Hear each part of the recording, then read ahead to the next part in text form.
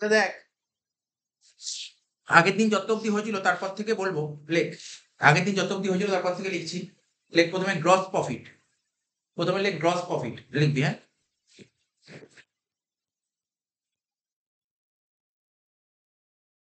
Gross profit. Gross profit কি করে বের করতে হয়? সেল থেকে যদি কস্ট বাদ দিই তাহলে তো গ্রস প্রফিট হয়, তাই না? আমরা করেছিলাম তাকে রেশিও গ্রস প্রফিট বের করতাম কি করে, সেল থেকে যদি কস্ট মানে কস্ট অফ গুডস সোল্ড বাদ দিই তাহলে গ্রস, সেল থেকে যদি আমরা কস্ট অফ গুডস সোল্ড বাদ দিই তাহলে গ্রস, ঠিক আছে? তাহলে বলি সেল থেকে কস্ট অফ গুডস সোল্ড বাদ দিলে গ্রস প্রফিট হয়। এইবার কস্ট অফ গুডস সোল্ড জিনিসটা কি? কস্ট অফ গুডস সোল্ড তারা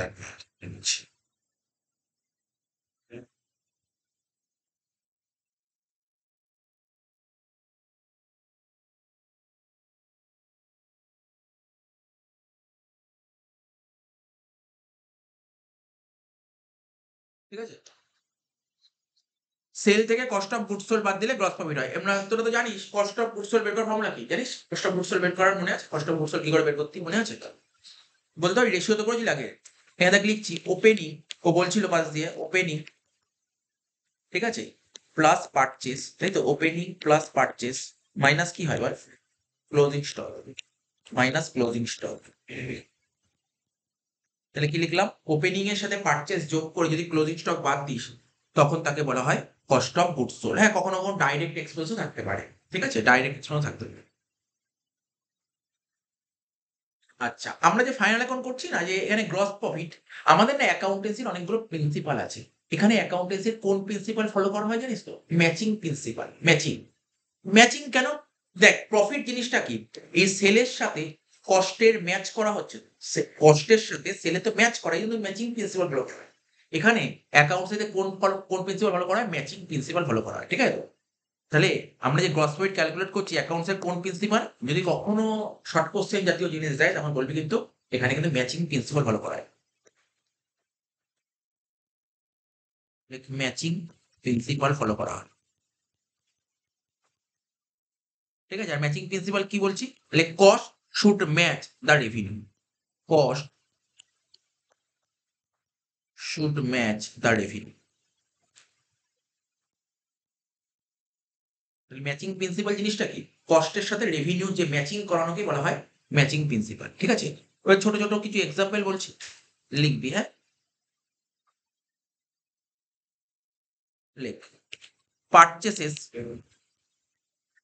লেখ পারচেসেস 100 ইউনিট পারচেস করেছি। কি করেছি? 100 ইউনিটস পারচেস করেছি। আমাদের অ্যাকাউন্টেন্সি দেখবি, এটাই দেখবি অ্যাকাউন্টেন্সি যতদিন ধরে, যতদিন পড়বি অন্যান্য সাবজেক্ট বা অন্যান্য সেমিস্টারে, প্রতিটা টপিক আরম্ভ করার আগে না বেসিক জিনিসগুলো অনেক দিন ধরে করা। বেসিকটা ভালো করে ক্লিয়ার থাকলেই তাহলে কিন্তু মেন চ্যাপ্টারে যাওয়া যায়, মানে মেন টপিকে অঙ্ক বুঝতে পারো, খুব সুবিধা হবে তাড়াতাড়ি করে, ঠিক আছে? তো এই বেসিক জিনিস, এগুলো সব 11 এর বেসিক জিনিস তোদের খুব জানা জরুরি। যেমন এরপরে আমরা ডেপ্রিসিয়েশন আরম্ভ করে পড়ার চ্যাপ্টার, এই বেসিক জিনিসগুলো তোকে ভালো করে বুঝতে হবে। আচ্ছা, পারচেস আমি 100 ইউনিট ধর পারচেস করেছি, এক একটা ইউনিটের দাম কত করে? 10 টাকা করে, ঠিক আছে তো? আর সেল করেছি বল কত করে? সেল করেছি 80 ইউনিটস, কত করে? এট রেট রুপিস 15 টাকা করে। অবশ্যই আমি 10 টাকা দিয়ে কিনে তা 10 টাকায় বেচবো না, আমি তো একটু বেশি দামে বেচার চেষ্টা করবো। আমি 10 টাকার জিনিসটা 15 টাকায় বিক্রি করেছি, ঠিক আছে তো? তাহলে দেখ ভালো করে বুঝবি কিন্তু, অ্যান্সার করতে হবে তোকে, প্রফিট বের করতে হবে, এখানে ওপেনিং স্টকের কোনো ব্যাপার বলে, ঠিক আছে তো? তাহলে বল সেলস দুটো করছি, সেল, সেল কত? 80 ইউনিট, সেল 80 ইউনিট 15 টাকা করে, কত হচ্ছে বল? 80 ইউনিট 15 টাকা করে সেল করলে 1200 টাকা। আর কিনেছিস কত টাকা দিয়ে? পারচেস, পারচেস করেছিস কত টাকা দিয়ে? 100 ইউনিট 10 টাকা করে, তাহলে কত হলো? 1000 টাকা। তাহলে তোর কত টাকা লাভ হলো? কত টাকা বল? 200 টাকা, হ্যাঁ কি না? 200 টাকা লাভ হলো। আর একটা জিনিস করছি, আরেকবার করছি, পাশে করছি, আমার সঙ্গে করবিও তোরা। সেলস, সেলস কত? 1200 টাকা। 80 ইউনিট 15 টাকা করে হলে 1200 টাকা। আর পারচেস 80 ইউনিট 10 টাকা করে হলে 800 টাকা। প্রফিট কত হলো? 400 টাকা। আমি তোদের সামনে একটা কোশ্চেন তুললাম, বল দেখি কোনটা জেনুইন? এইটা জেনুইন নাকি এটা জেনুইন? এবং লজিক কোনটা জেনুইন বল? সেকেন্ডেরটা জেনুইন। ওরা বললো সেকেন্ডেরটা জেনুইন। তাহলে বললো সেকেন্ডেরটা জেনুইন, তাহলে কেন সেকেন্ডেরটা জেনুইন? কেন সেকেন্ডেরটা জেনুইন, ব্যাপারটা ভালো করে বোঝার চেষ্টা কর। তুই ১০০ পেন, তুই ১০০টা পেন কিনেছিস ১০ টাকা দিয়ে। তুই ৮০টা পেন বেচেছিস ১৫ টাকা দিয়ে। তাই তো? তার মানে তুই ১০০টা এখানে দেখ পেন বিক্রি করে তুই ১২০০ টাকা পেয়েছিস। আর পেন কিনতে তোর ১০০০ টাকা লেগেছে, তাহলে ২০০ টাকা প্রফিট হয়েছে। একটু প্র্যাকটিক্যালি যদি ভাবিস, তুই কি ১০০টা পেনই কি বিক্রি করে তুই ১০০টা পেন কিনেছিস? তুই কি ১০০টা পেন বিক্রি করেছিস? না। কতগুলো পেন ৮০টা। প্রফিট বের করতে হয় যতগুলো পেন তুমি বিক্রি করেছো। তার কষ্টের সঙ্গে ম্যাচ করতে হয়। তুই ৮০টা পেন বিক্রি করেছিস, তাহলে ৮০টা পেনের দাম কত ছিল? ওটা জেনুইন। কেন ২০টা পেন তো পড়ে আছে। তুই ২০টা পেন তো পরের বছর বেচবি। ব্যাপারটা বুঝতে পারলি তো? দেখবি আজকে তোর কোনো একটা তোর ফোনের দোকান আছে। তুই আজকে ১০০টা ফোন কিনেছিস। ১০০টা ফোন কিনে তুই ধর একটা ফোন বেচতে পেরেছিস, সাপোজ এই বছর একটা ফোন বেচতে পেরেছিস। তাহলে তুই ধর ১০০টা ফোন কিনেছিস, ধর একটা ফোন ১০,০০০ টাকা দিয়ে কিনেছিস। তুই ফোনগুলো বিক্রি করলি ১৫,০০০ টাকা করে। তাহলে তুই একটু হিসাব করে ভাব, তুই ১০০টা ফোন যদি তুই ১০,০০০ টাকা দিয়ে কিনিস,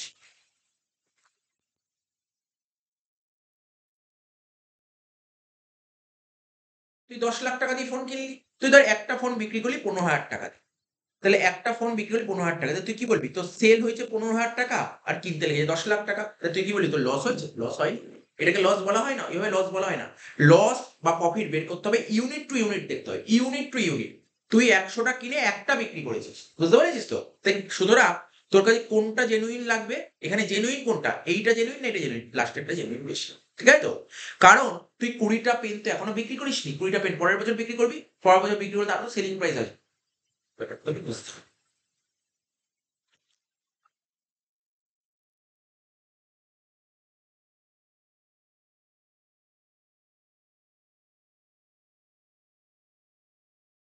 এবার দেখ, এই যে এই ফর্মুলা তুই মনে না থাকলেও মনে রাখার টেকনিক চলে আসছে। ঠিক আছে? মনে রাখবি শোন। ধর ওপেনিং স্টক তোকে বলেছে, তুই ধর ব্যবসা করছিস, তোর ব্যবসায় বছরের শুরুতে ২০টা পেন ছিল। তুই যে পেনের ব্যবসা করছিস, তোর বছরের শুরুতে কটা পেন ছিল? ২০টা পেন ছিল। এখানে লিখলাম 20 ইউনিটস। পাশে কিছু লিখবি না, পরে লিখবো। Opening stock 20 unit. বছরের শুরুতে তোর ২০টা পেন ছিল। বছরের শুরুতে তোর তোর পেনের বিজনেস। বছরের শুরুতে তোর কাছে কিছু পেন পড়ে, এটাকে কি বলবে? ওপেনিং স্টক বলবে। ওটাকে তো ওপেনিং স্টক বলবে। তুই পেন কিনলি, পেন কিনলি, কেনাটাকে কি বলবো? পারচেজ। তুই ধর ১০০টা পেন কিনলি, ১০০টা পেন কিনলি। তাহলে এখন তোর কাছে কতগুলো পেন পড়ে আছে? ১২০টা। তাহলে তুই পেন কতগুলো পেন ম্যাক্সিমাম বেচতে পারবি? ১২০টা বেচতে পারবি। এবার ধর তুই ধর সেল করেছিস ৭০টা। সেল করেছিস ৭০টা পেন।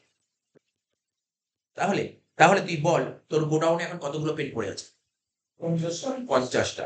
এটাকে কি বলে? এটাকে তো ক্লোজিং স্টক বলে। বুঝতে পারলি? ক্লোজিং স্টক কত বেরোলো? ৫০টা। 50 ইউনিটস। ক্লোজিং স্টক কত হলো? 50 ইউনিটস। তার মানে আমি এখানে যদি নিচে লিখি total goods available for sale. কি লিখবো? Total goods available for sales. Total goods available for sales.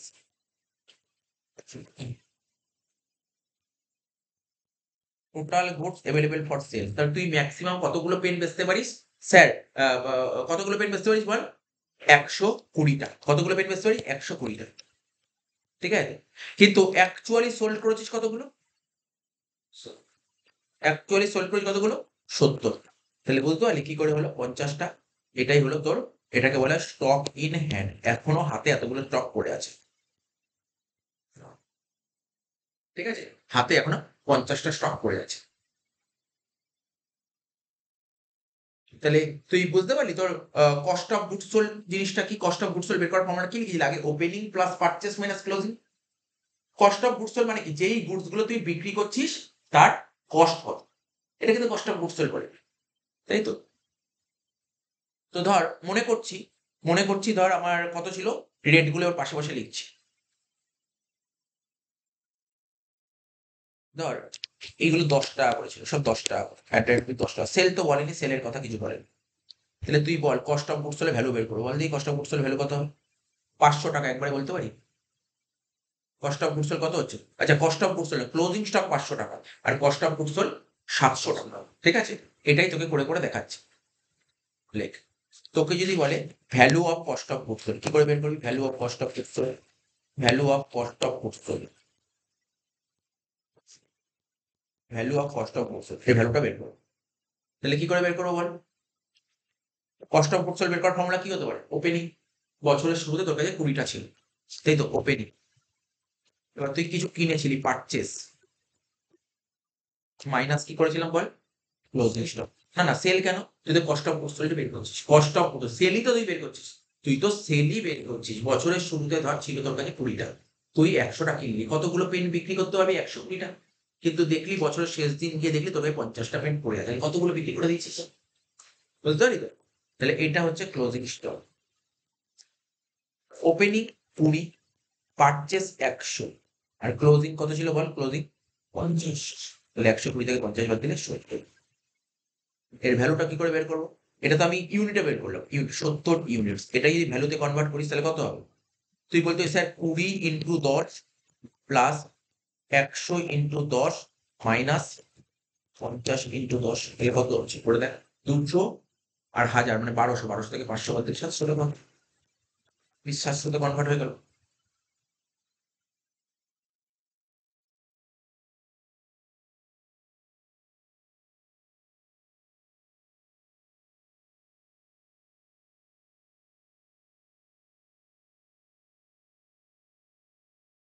ঠিক আছে?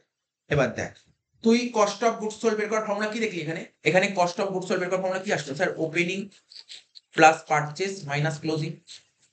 ঠিক আছে তো? ভালো করে দেখবি যে কথাগুলো বলছি। তোকে যদি কেউ জিজ্ঞাসা করে, কারণ আমি এখনই কিন্তু ট্রেডিং এর ফরম্যাট দেবো, 1 মিনিটের মধ্যে ট্রেডিং এর ফরম্যাট আসবে, 1 মিনিটের মধ্যে। গ্রস প্রফিট বের করার ফর্মুলা কি বলতে পারবি? করেছিস তো আগে?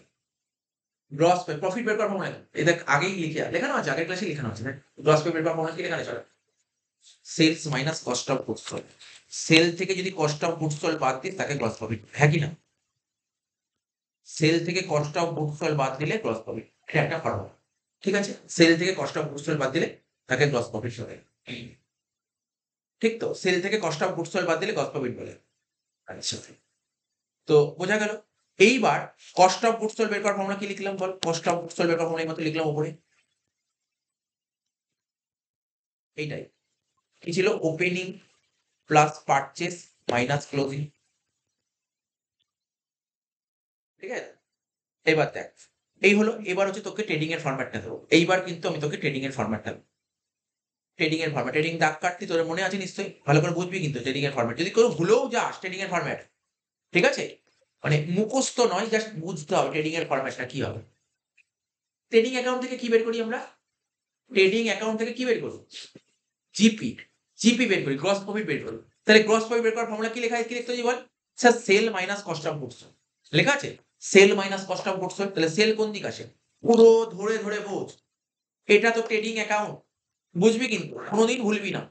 ট্রেডিং অ্যাকাউন্ট, ট্রেডিং অ্যাকাউন্টের ডেবিট দিকে কি হয়? সমস্ত খরচ আসে, তাই তো? ডেবিট দিকে কি? সমস্ত এক্সপেন্সেস। আর ক্রেডিট দিয়ে কি আসে? ইনকাম। তাহলে বল, ট্রেডিং অ্যাকাউন্ট থেকে কি বের করি? কি বের করি? ট্রেডিং অ্যাকাউন্ট থেকে গ্রস প্রফিট, জিপি বের করি, প্রফিট। এইমাত্র বললাম গ্রস প্রফিট বের করার ফর্মুলা কি দেখতে পাচ্ছিস? কি দেখতে পাচ্ছিস লেখা? কি লেখা আছে স্ক্রিনে? Sale minus cost of goods. বল দেখি সেল কোন দিকে আসে? সেল কি? তুই বলতে পারিস যে স্যার মনে নেই কোন দিকে আছে সেল, আমি বলে দিচ্ছি কি করে মনে রাখতে হবে। সেল কি? আমাদের সেল তো ইনকাম। তাহলে ট্রেডিং অ্যাকাউন্টের ইনকাম কোন দিকে আসে? ক্রেডিট দিকে। তাহলে বুঝেই গেলি সেল ক্রেডিট দিকে বসে। ব্যাপারটা বোঝ, কোনো মুখস্থর ব্যাপার নেই, আমাকে মনে করতে হবে। আমি অনেকদিন আগে করেছি, মনে করার চেষ্টা করি, মনে করতে হবে না। সেল ক্রেডিট দিকে বসে সেল। আর বাই, অ্যাকাউন্টের আগে বাই বসে তো বাই সেলস। ক্রেডিট দিকে তো বাই বসে, দেখলাম বাই সেলস অ্যাকাউন্ট, কিছু একটা টাকা হয়ে গেল। হয়ে গেল তো? By sales account. ঠিক আছে? এই দিকে লিখলাম বাই সেলস। গ্রস প্রফিট বের করার ফর্মুলা কি? Sale minus cost of goods sold. আচ্ছা, তাহলে মেনলি এখানে আসলো সেলস। আর লিখবি না, আমি লিখছি, ধর এইদিকে যদি সিওজিএস লিখি, এইদিকে যদি লিখবি না কিন্তু, হ্যাঁ, এইদিকে যদি সিওজিএস লিখি, তো সিওজিএস লিখলাম, তাহলে সেল থেকে সিওজিএস বাদ দিলে তো জিপি বেরিয়ে, হ্যাঁ কি না? হ্যাঁ কি না? এইবার বল, সিওজিএস বের করার ফর্মুলা কি? আমরা কিন্তু কোনোদিন, যতদিন ফাইনাল অ্যাকাউন্ট করি, কোনোদিন সিওজিএস লিখতাম না ট্রেডিং। ট্রেডিং অ্যাকাউন্টে আমরা কখনোই সিওজিএস লিখতাম না। তো সিওজিএস বের করার ফর্মুলা কি ছিল? এই মতো লিখলাম, ওপেনিং, মনে পড়ছে? Opening plus purchase minus closing. দেখ ওপেনিং, এবার বলবি, এবার তোরা যদি ভুলে যাস স্যার ওপেনিং কোন দিক বসে আমি জানি না, শিখিয়ে দিচ্ছি। ওপেনিং জানার দরকার নেই। পারচেস, আমি বিজনেস করছি, বিজনেস করতে গেলে গুডস কিনতে হবে, গুডস কিনলে আমার কাছে গেলে ইনকাম না খরচ? খরচ কোন দিক বসে? তাহলে পারচেস কোন দিক বসবে? ডেবিট দিক। এটা তো শিওর, পারচেস ডেবিট দিকে বসবে। দেখো ডেবিট দিকে এক লাইন ছেড়ে দিলাম, টু পারচেস ডেবিট দিকে বসবে। এইবার দেখ, আমার এখানে ফর্মুলা কি ছিল স্যার? ওপেনিং এর সাথে পারচেস যোগ ছিল, কি না? তার মানে ওপেনিং এর সাথে পারচেস যোগ ছিল, তার মানে পারচেস যেই দিক ওপেনিং সেই দিকেই বসবে, হ্যাঁ কি না? যোগ যোগ বলেছে তাহলে সেই দিকেই বসবে। পারচেস যেই দিক ওপেনিং তো সেই দিকেই বসবে, তাহলে সেই দিকেই বসবে, মানে ডেবিট দিকেই বসবে ওপেনিং। ঠিক আছে, তাহলে ওপরে লিখবো, হ্যাঁ ওপেনিংটা ওপরে লেখার চেষ্টা করবো, টু ওপেনিং স্টক হয়ে গেল। ওপেনিং লিখলাম, পারচেস লিখলাম, আর কি? ক্লোজিং স্টক মাইনাস হয়, তার মানে ওপেনিং যেই দিক বসে ক্লোজিং স্টক তার কোন দিক বসে? অপোজিট সাইডে। তাহলে এই দিকে লেখ by closing stock, by closing stock. এবার দেখ আর কিছু জিবি টিবি কিছু বের করতে হবে। দেখ শোন, এই দেখ এখানে কি ছিল? এখানে কি ছিল? ওপেনিং। আমরা কি বলেছি? ওপেনিং আর এটা পারচেস। তো ওপেনিং এর সাথে পারচেস যোগ করে, আর এই দিকটা কি হবে? অপোজিট সাইড বাদ। ওপেনিং এর সাথে পারচেস যোগ করে যদি তুই ক্লোজিংটা বাদ দিস, তাহলে কি হয়? Cost of goods sold. Opening এর সাথে পারচেস যোগ করে ক্লোজিং স্টক বাদ দিলে কস্ট অফ গুডস সোল্ড। তা কস্ট অফ গুডস সোল্ড মানে যেই গুডসটা বিক্রি করি তার কস্ট কত? কস্ট ডেবিট দিকে, আর সেল ক্রেডিট দিকে। ব্যালেন্স গুলো প্রফিট বেরিয়ে যাচ্ছে, ব্যালেন্স গুলো প্রফিট বেরিয়ে যাচ্ছে, তাই না? দেখ না, এই দেখ শোন, এখানে কি লিখছি? এখানে লিখছি টু গ্রস প্রফিট, তাই তো হতো? টু গ্রস প্রফিট, ঠিক আছে। তাহলে কি হচ্ছে আলটিমেটলি? দেখ আমরা কি বললাম? সেল থেকে এই যে এই দুটোর মধ্যে ডিফারেন্স করলে তাকে কি বলা হয়? Cost of goods sold. আর এই দুটো যোগ করে বাদ দিলে কস্ট অফ গুডস সোল্ড। তো দুদিক থেকে বেরিয়ে গেল ব্যাপারটা, বুঝলি? দুদিক থেকে কনসেপ্টটা বোঝ কিন্তু ব্যাপারটা ভালো করে। অঙ্ক অনেকেই করে ফেলতে পারে, অঙ্ক অনেকের মুখস্থ আছে, আমি বলেছি ট্রেডিং অ্যাকাউন্টের কনসেপ্ট অনেকের মুখস্থ, মানে এই জিনিসগুলোর উপর বেস করে কিন্তু আগামী অনেক অঙ্ক দাঁড়িয়ে আছে। এই চ্যাপ্টার না হলেও অন্যান্য চ্যাপ্টারে অনেক সিঙ্গেলিটি করবো, এই জিনিস বারবার আসবে, কষ্ট করছে, তোকে মাথায় রাখতে হবে, তো বিভিন্ন অ্যাঙ্গেল থেকে তোকে জানতে হবে। শুধু আমার এই চ্যাপ্টার করাই উদ্দেশ্য নেই, এর সঙ্গে আরো অন্যান্য জিনিসগুলো সেগুলো মাথায় রাখতে হবে। তাহলে তুই কি বুঝতে পারলি? জিপি বের করার ফর্মুলাটা কি বুঝতে পারলি? জিপি বের করার ফর্মুলা, সেল থেকে জিপি বাদ দিলে কি হয়? সেল থেকে জিপি বাদ দিলে কি হয়? Cost of goods sold. ঠিক আছে, তাহলে আমরা এদিক থেকে দেখলাম কস্ট অফ গুডস সোল্ড, এবার এদিকে দুদিক থেকেই অ্যাঙ্গেল হবে, দুদিক থেকেই মিলতে হবে, এটাই হচ্ছে নিয়ম, দুদিক থেকেই হতে হবে। দেখ এদিক থেকে আসছে cost of goods sold, opening এর সাথে পারচেজ যোগ করে ক্লোজিং বাদ দিলে কস্ট অফ গুডস সোল্ড হয়, আবার সেল থেকে জিপি বাদ দিলে কস্ট হবে। তোরা মনে করার চেষ্টা কর, ক্লাস 12 এর রেশিও অ্যানালাইসিস করেছিস, সব এইভাবেই করবো।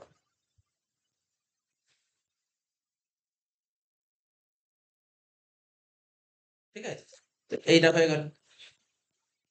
এবার এবার তোরা এটাও শিখেছিলি, যদি স্যার সবসময় যে গ্রস প্রফিট নাও হতে পারে, গ্রস লসও তো হতে পারে।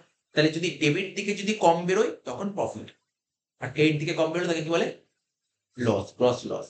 আচ্ছা, এবার আমি এখানে লিখলাম, আমি না এখানে কিন্তু ডাইরেক্ট এক্সপেন্সেস লিখিনি, কারণ আমি আগের দিন বলেছিলাম এক্সপেন্সেস ক রকমের হয়। ক রকমের হয় বলেছিলাম এক্সপেন্স? দু রকম, ডাইরেক্ট ইনডাইরেক্ট। Direct indirect. তো ট্রেডিং অ্যাকাউন্টটা কি? এটা ফ্যাক্টরি লেভেলের খরচ। তো এখানে কি খরচ আসবে? এখানে শুধুমাত্র ডাইরেক্ট এক্সপেন্স, অন্য কোনো এক্সপেন্স আসবে। এখানে কোন এক্সপেন্স আসবে? Direct expenses. তাহলে কি মনে হয় ডাইরেক্ট এক্সপেন্স কোন দিকে আসা উচিত? ডেবিটে আসবে না ক্রেডিটে আসবে? এক্সপেন্সেস মানে খরচ, খরচ কোন দিক বসে? ডেবিট। তো যত রকমের ডাইরেক্ট এক্সপেন্স ডেবিটে আসে, তাহলে এখানে লিখবো টু ডাইরেক্ট এক্সপেন্স, লিখবো two direct expenses.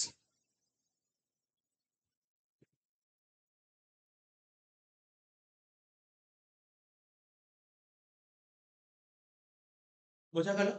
Direct expense বুঝতে পারলি ব্যাপারটা? বুঝতে পারলি তো? এবার দেখ, তুই যখন পরীক্ষায় অঙ্ক করবি বা যখন বইয়ের অঙ্কগুলো করবো না, কোথাও ডাইরেক্ট এক্সপেন্স বলে লেখা থাকে, কি লেখা থাকবে? ডাইরেক্ট এক্সপেন্সের নাম বলবে। যেমন একটা উদাহরণ বল দেখি, ডাইরেক্ট এক্সপেন্সেস ওয়েজেস, আর বলেছিলাম ক্যারেজ ইনওয়ার্ড বলেছিলাম, মনে পড়ে? ফ্রেড ইনওয়ার্ড বলেছিলাম। ঠিক আছে, তো ক্যারেজ বললাম, ফ্রেড বললাম, কার্টেজ থাকতে পারে, তারপর ওয়েজেস বললাম, পাওয়ার অ্যান্ড ফুয়েল, বেসিক্যালি এই পয়েন্টগুলোই পাবে, এই পয়েন্টগুলোই পাবে, আর বেশি কিছু পাবে। বুঝতে পারলি? এইগুলো ডাইরেক্ট এক্সপেন্স থাকবে। ঠিক আছে, মুখস্থ করতে হবে, তোকে বুঝতে হবে ডাইরেক্ট ফ্যাক্টরি লেভেলের খরচ। ট্রেডিং অ্যাকাউন্টের পর আমরা কি অ্যাকাউন্ট খুলতাম মনে আছে? Profit and loss account. কি অ্যাকাউন্ট খুলতাম? Profit and loss account. খোল, ছোট, বেশি বড় হবে না, এইটুকু এইটুকুর মধ্যে খুলবো। কি করবো? Profit and loss account.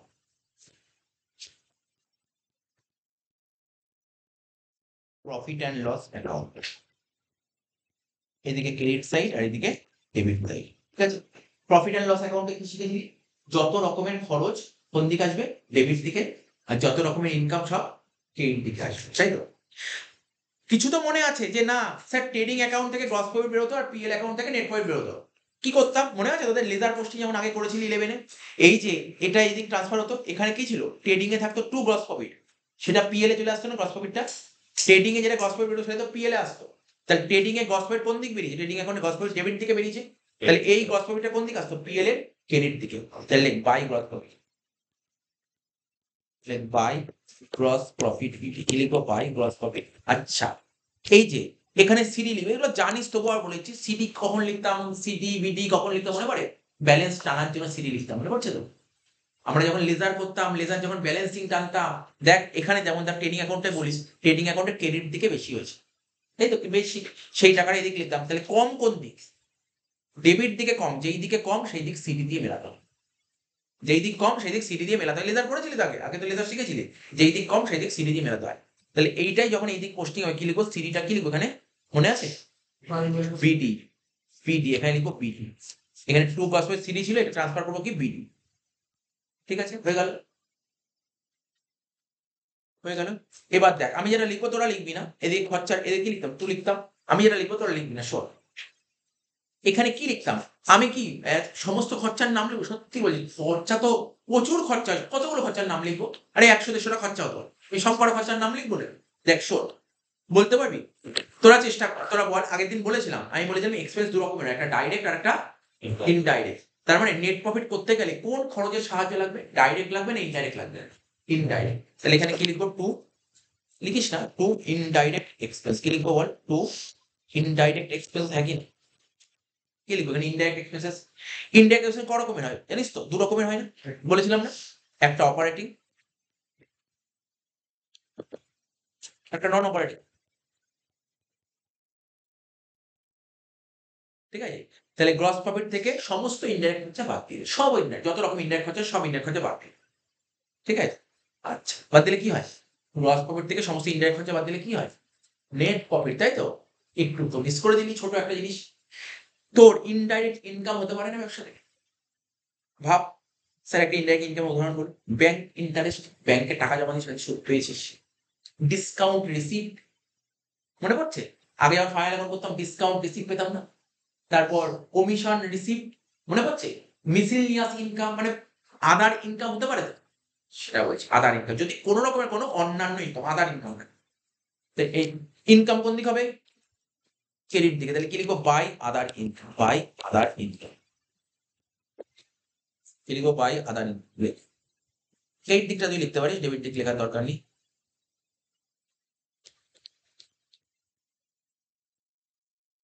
ঠিক আছে? তাহলে গ্রস প্রফিট, এখানে আদার ইনকাম, তাহলে টোটাল করবো এখানে। আর এখানে এরকম করে করে দে, এরকম করে করে দে। বাদ দিয়ে যোগ বিয়োগ করে যেটা বেরোবে এই দিক ব্যালেন্স বলে তাকে কি বলতাম? Net profit two net profit CD.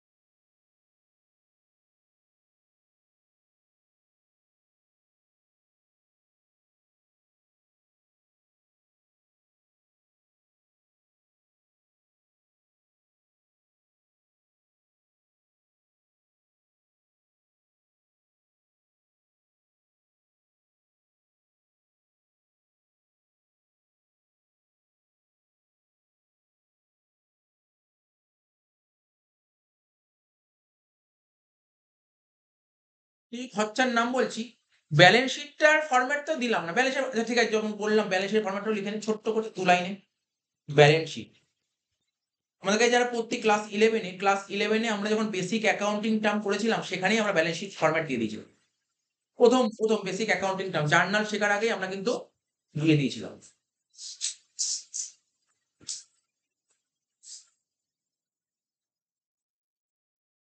Balance sheet. জানিস তো তোরা তো, এটা তো জানিস, তোরা তো ফার্স্ট সেমিস্টারে পড়ছিস, তোরা তো ক্লাস 12 এ পড়ে আসছিস, জানিসই ব্যালেন্স শিটের কোন দিক। ব্যালেন্সের দুটো দিক থাকে, তাই না? দুটো দিক, একটা বাঁ দিক আর একটা ডান দিক। তো বাঁ দিকটাকে কি বলা হতো? লাইবিলিটি, তাই তো? বাঁ দিকটাকে বলা হয় লাইবিলিটি, তাই তো? আমি বাঁ দিকটাকে একটু লাইবিলিটি লিখি না, আমি লিখি বাঁ দিকটাকে ক্যাপিটাল প্লাস লাইবিলিটিস। কি বললাম? Capital plus liability. বাঁ দিকটাকে বলা হয় ক্যাপিটাল প্লাস লাইবিলিটি। কি বললাম বল? বাঁ দিকটাকে কি বললাম? Capital plus liability. আচ্ছা, তোর এখন ব্যালেন্স শিট করতি, ক্যাপিটাল কোন দিক থাকতো? বাদিকেই থাকতো। এই জন্য বলা হয়, আমি বাদিকটাকে বলছি ক্যাপিটাল প্লাস লাইবিলিটি। হয়তো তুই বিভিন্ন বই দেখবি লিখে শুধু লাইবিলিটি লেখা আছে, বাট আমি বলছি বাদিকটাকে কি বলা হয়? ক্যাপিটাল প্লাস লাইবিলিটি, ঠিক আছে? আর ডান দিকে কি থাকতো? অ্যাসেটস। এখানে রুপিস, এখানে রুপিস, আর কিছু লিখলাম না, এইটুকুই করে রাখ। জাস্ট একটু বলে দিলাম। এবার এবার দেখ, এবার সত্যি কথা এখন বলি তো কয়েকটা অ্যাসেটের নাম আমাকে জিজ্ঞাসা কর, স্যার অ্যাসেটের নামগুলো কেন নাম বলার দরকার? জানি, ক্লাস 11 পড়েছি, এগুলো জানিস অ্যাসেট কাকে বলে? অ্যাসেট কাকে বলে? অনেকেই জানে অ্যাসেট কাকে বলে, লাইবিলিটি কাকে বলে, তারপর ক্যাপিটাল কাকে বলে। এগুলো তোকে জানতে হবে না? এগুলো তোকে জানতে হবে যে অ্যাসেট কাকে বলে। এখন যদি অ্যাসেট কাকে বলে না জানিস তাহলে তো সমস্যা।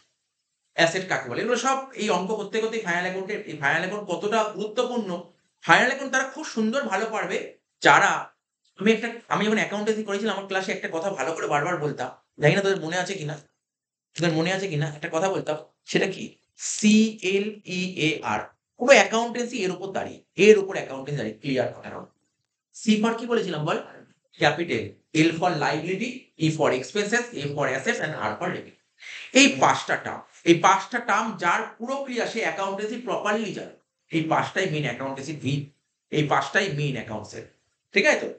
তার মধ্যে আমি যদি তোদের জিজ্ঞাসা করি, বল দেখি, এই ফাইনাল অ্যাকাউন্ট করছি, ট্রেডিং পিএল ব্যালেন্স শিট, তার মধ্যে তোর ব্যালেন্স শিটে ৩ জন লোক চলে আসলো, ব্যালেন্স শিটে ৩ টা আইটেম চলে আসলো। কি চলে আসলো? সি চলে আসলো, এল চলে আসলো, আর এ চলে আসলো। ব্যালেন্স শিটে ৩ টে চলে আসলো, দেখ না, তুই দেখ না, এটা কি সি, এটা কি এল, আর এটা কি ছিল এ। তা ব্যালেন্স শিটে ৩ টে চলে আসলো, সি এল এ চলে আসলো। বাকি হলো কি? ই আর এ, মানে এক্সপেন্সেস আর, স্যার ই আর এ না, ই আর আর, এক্সপেন্সেস আর রেভিনিউ। তাহলে বল এক্সপেন্স আর রেভিনিউ কোথায় আসে? ট্রেডিং পিএল এ। ট্রেডিং পিএল এ আসে এক্সপেন্স আর রেভিনিউ। যত রকমের এক্সপেন্সেস ট্রেডিং পিএল এর ডেবিট, আর যত রকমের রেভিনিউ ট্রেডিং পিএল এর ক্রেডিট। এই তো জিনিস, আর তো কিছু না। অঙ্ক করতে কি অনেকে একটু খুব পরিশানে পড়ে যায়, কি ব্যাপারগুলো, যে আইটেম পুরো বুঝতে পারেন এটা এক্সপেন্সেস, কি রকমের এক্সপেন্স, ডাইরেক্ট না ইনডাইরেক্ট, সব জিনিস শিখিয়ে দেবো। আমি একটা ছবি এঁকে দেখিয়ে দেবো, কি করে বুঝবি কোনটাকে ডাইরেক্ট বলে কোনটাকে ইনডাইরেক্ট বলে, ইজিলি বুঝতে পারবি। তো আমি তার আগে এক একটা করে এক্সাম্পল বলি তোকে, লেখ, হ্যাঁ? বলবি কিন্তু, বলবি, জিনিসগুলো বলতে হবে তোকে। কোনটা কি ধরনের এক্সপেন্সেস, কোনটা ডাইরেক্ট এক্সপেন্সেস, কোনটা ইনডাইরেক্ট এক্সপেন্স, বলবি কোনটা ডাইরেক্ট কোনটা ইনডাইরেক্ট। আমি দেখি তোরা জানিস কিনা, না জানলে তখন ছবি আঁকবো, জানলে আর ছবি আঁকার দরকার। কোনটা ডাইরেক্ট খরচা, কোনটা ইনডাইরেক্ট খরচা। আর জানিস তো ডাইরেক্ট খরচা কোথায় বসে? এবার তো বললাম ডাইরেক্ট খরচা কোথায় বসে, বললাম বল, ট্রেডিং অ্যাকাউন্টে কোথায়? ক্রেডিট দিকে, তাই তো? হ্যাঁ, ডাইরেক্ট খরচা কোথায় বসে? ট্রেডিং অ্যাকাউন্টের ডেবিট দিকে। আর ইনডাইরেক্ট খরচা কোথায় বসে? পিএল অ্যাকাউন্টের ডেবিট দিকে, ঠিক আছে? আমি ইচ্ছা করে কিন্তু করবো কিন্তু, হ্যাঁ, এগুলো মাথায় রাখিস কিন্তু। লেখ ট্রিটমেন্ট, লেখ ট্রিটমেন্ট,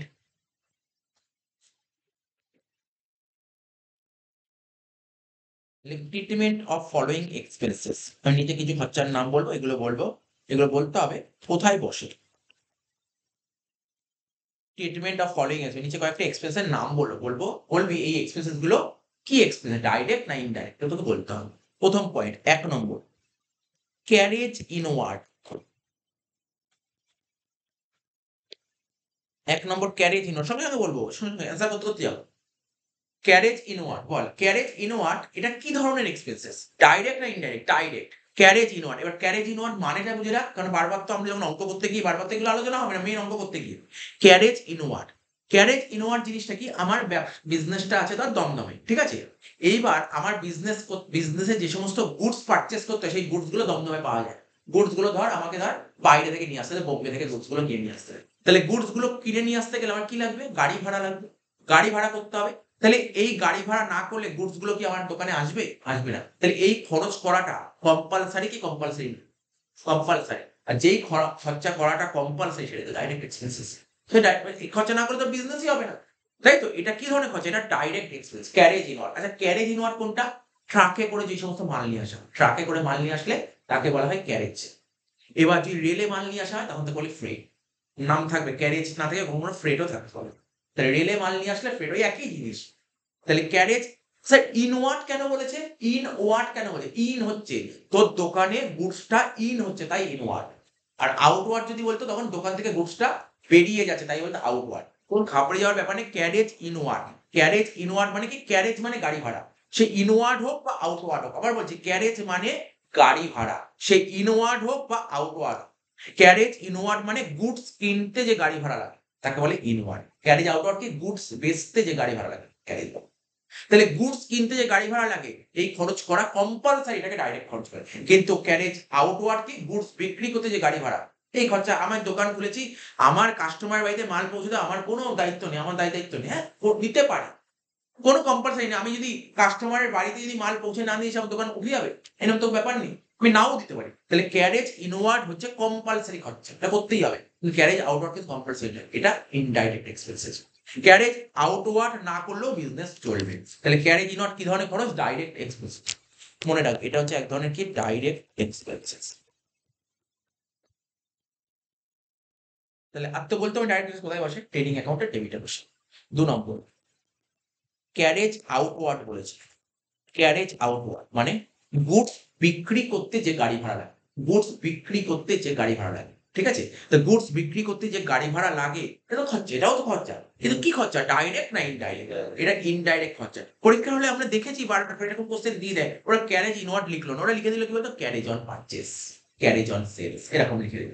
ঠিক আছে? তার মানে কি? লাইন মানে একই, বুঝতে পারছিস? বুঝতে হবে ক্যারেজ আউটওয়ার্ড এটা কি ধরনের খরচা বলি তোরা? ইনডাইরেক্ট খরচা, ইনডাইরেক্ট খরচা।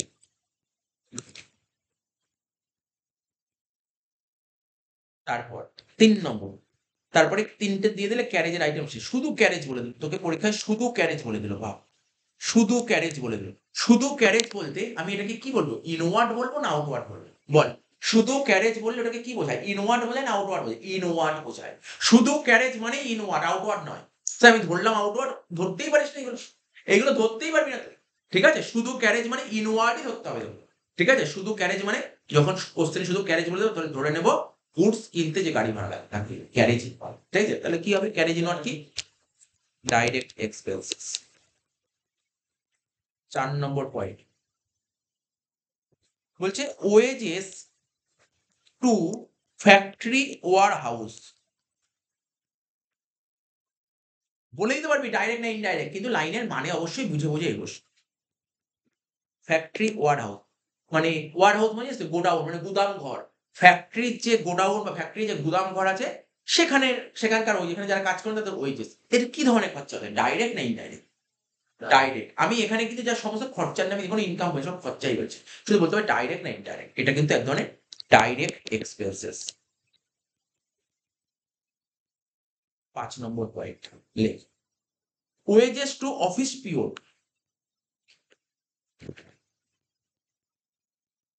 ওয়েজেস টু অফিস পিওন, বল দেখি এটা।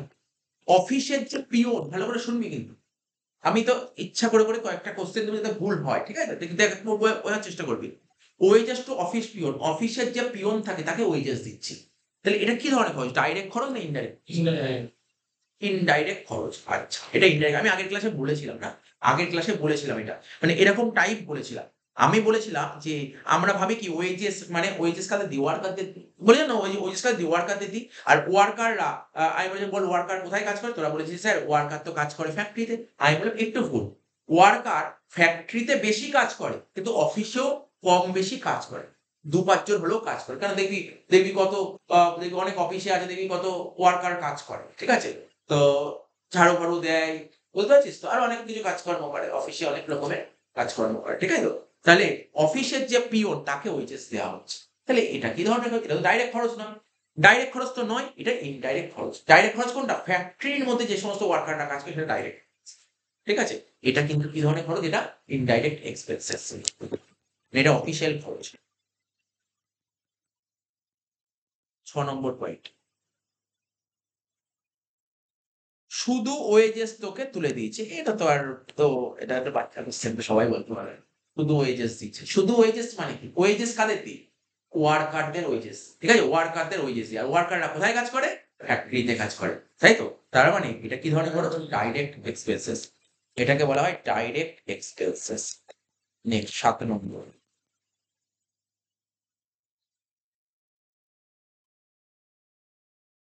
Rent of factory. কি বলছে? Factory rent.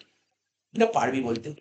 তোরা তো আমি আগের দিন বলেই দিলাম ফ্যাক্টরি রেন্ট মানে তুই যে ফ্যাক্টরিটা খুলেছিস তোর নিজের বাড়িতে জায়গাই নেই ফ্যাক্টরি খোলার, তাহলে কি করতে হবে? ফ্যাক্টরি ভাড়া নিতে হচ্ছে। তো ফ্যাক্টরি ভাড়া নিলে যার থেকে ফ্যাক্টরিটা ভাড়া নিচ্ছে সেই ল্যান্ডলর্ড তাকে তো রেন্ট পেমেন্ট করতে হবে। এটা তোর কি খরচ? ডাইরেক্ট না ইনডাইরেক্ট? ডাইরেক্ট খরচ। ডাইরেক্ট খরচ, ফ্যাক্টরি সংক্রান্ত খরচ মানে ডাইরেক্ট খরচ। ঠিক আছে তো? ডাইরেক্ট খরচ। এবার বলছি বল। বলতো না godown rent, rent of godown, বল দেখি এটা কি খরচ? গোডাউন রেন্টটা কি ধরনের খরচ হবে বল দেখি? গোডাউন রেন্ট বলতে পারবি? গোডাউন রেন্ট কি ধরনের খরচ? আইডিয়া করে বল। গোডাউন আর ওয়ার হাউস ডিফারেন্স আছে? না। হ্যাঁ, ডিফারেন্স আছে তো। কেন ডিফারেন্স নেই? ওয়ার হাউস মানে গুদাম ঘর। যেখানে তুই প্রোডাকশন গুলো তৈরি করবি, প্রোডাকশন মালগুলো তৈরি করবি সেখানে রাখ, কাঁচা মালগুলো ওখানে থাকবে। আর গোডাউন কি? প্রোডাক্টটা তৈরি হয়ে কি যেখানে স্টক গুলো থাকবে। বুঝতে পারলে কি বললাম? আমি ছবি আঁকা কিছু জিনিস অসুবিধা হবে। গোডাউন রেন্ট হচ্ছে অফিসিয়াল খরচা। এটা ডাইরেক্ট নয়, ইনডাইরেক্ট খরচা। এটা কিন্তু গোডাউন রেন্ট কিন্তু ইনডাইরেক্ট খরচা। গোডাউন রেন্ট কিন্তু ডাইরেক্ট খরচা না। ঠিক আছে? গোডাউন রেন্ট ইনডাইরেক্ট খরচা। গোডাউন রেন্ট ইনডাইরেক্ট খরচা। আমাদের দেখি বড়, বড় বিজনেস যারা হয়, যারা বড়, বড় বিজনেস করে তুই ভাব না আ আ কি বলবো? যারা চালের বিজনেস করছে, যারা চালের বিজনেস করছে। নরমাল দোকান আছে, ভালো ওদের আউটলেট আছে। এবার আউটলেটে কি সব চাল রাখে? আউটলেটে চাল রাখে? আমার এরকম অনেক চেনা জানা আছে ৩ থেকে ৪ ৫ টা গোডাউন। চালের ৫ টা গোডাউন আছে। তাই তো? এইগুলো কি সমস্ত তো তোর আ ব ইনডাইরেক্ট খরচা। ঠিক আছে? গোডাউন রেট, গোডাউন ভাড়া ইনডাইরেক্ট।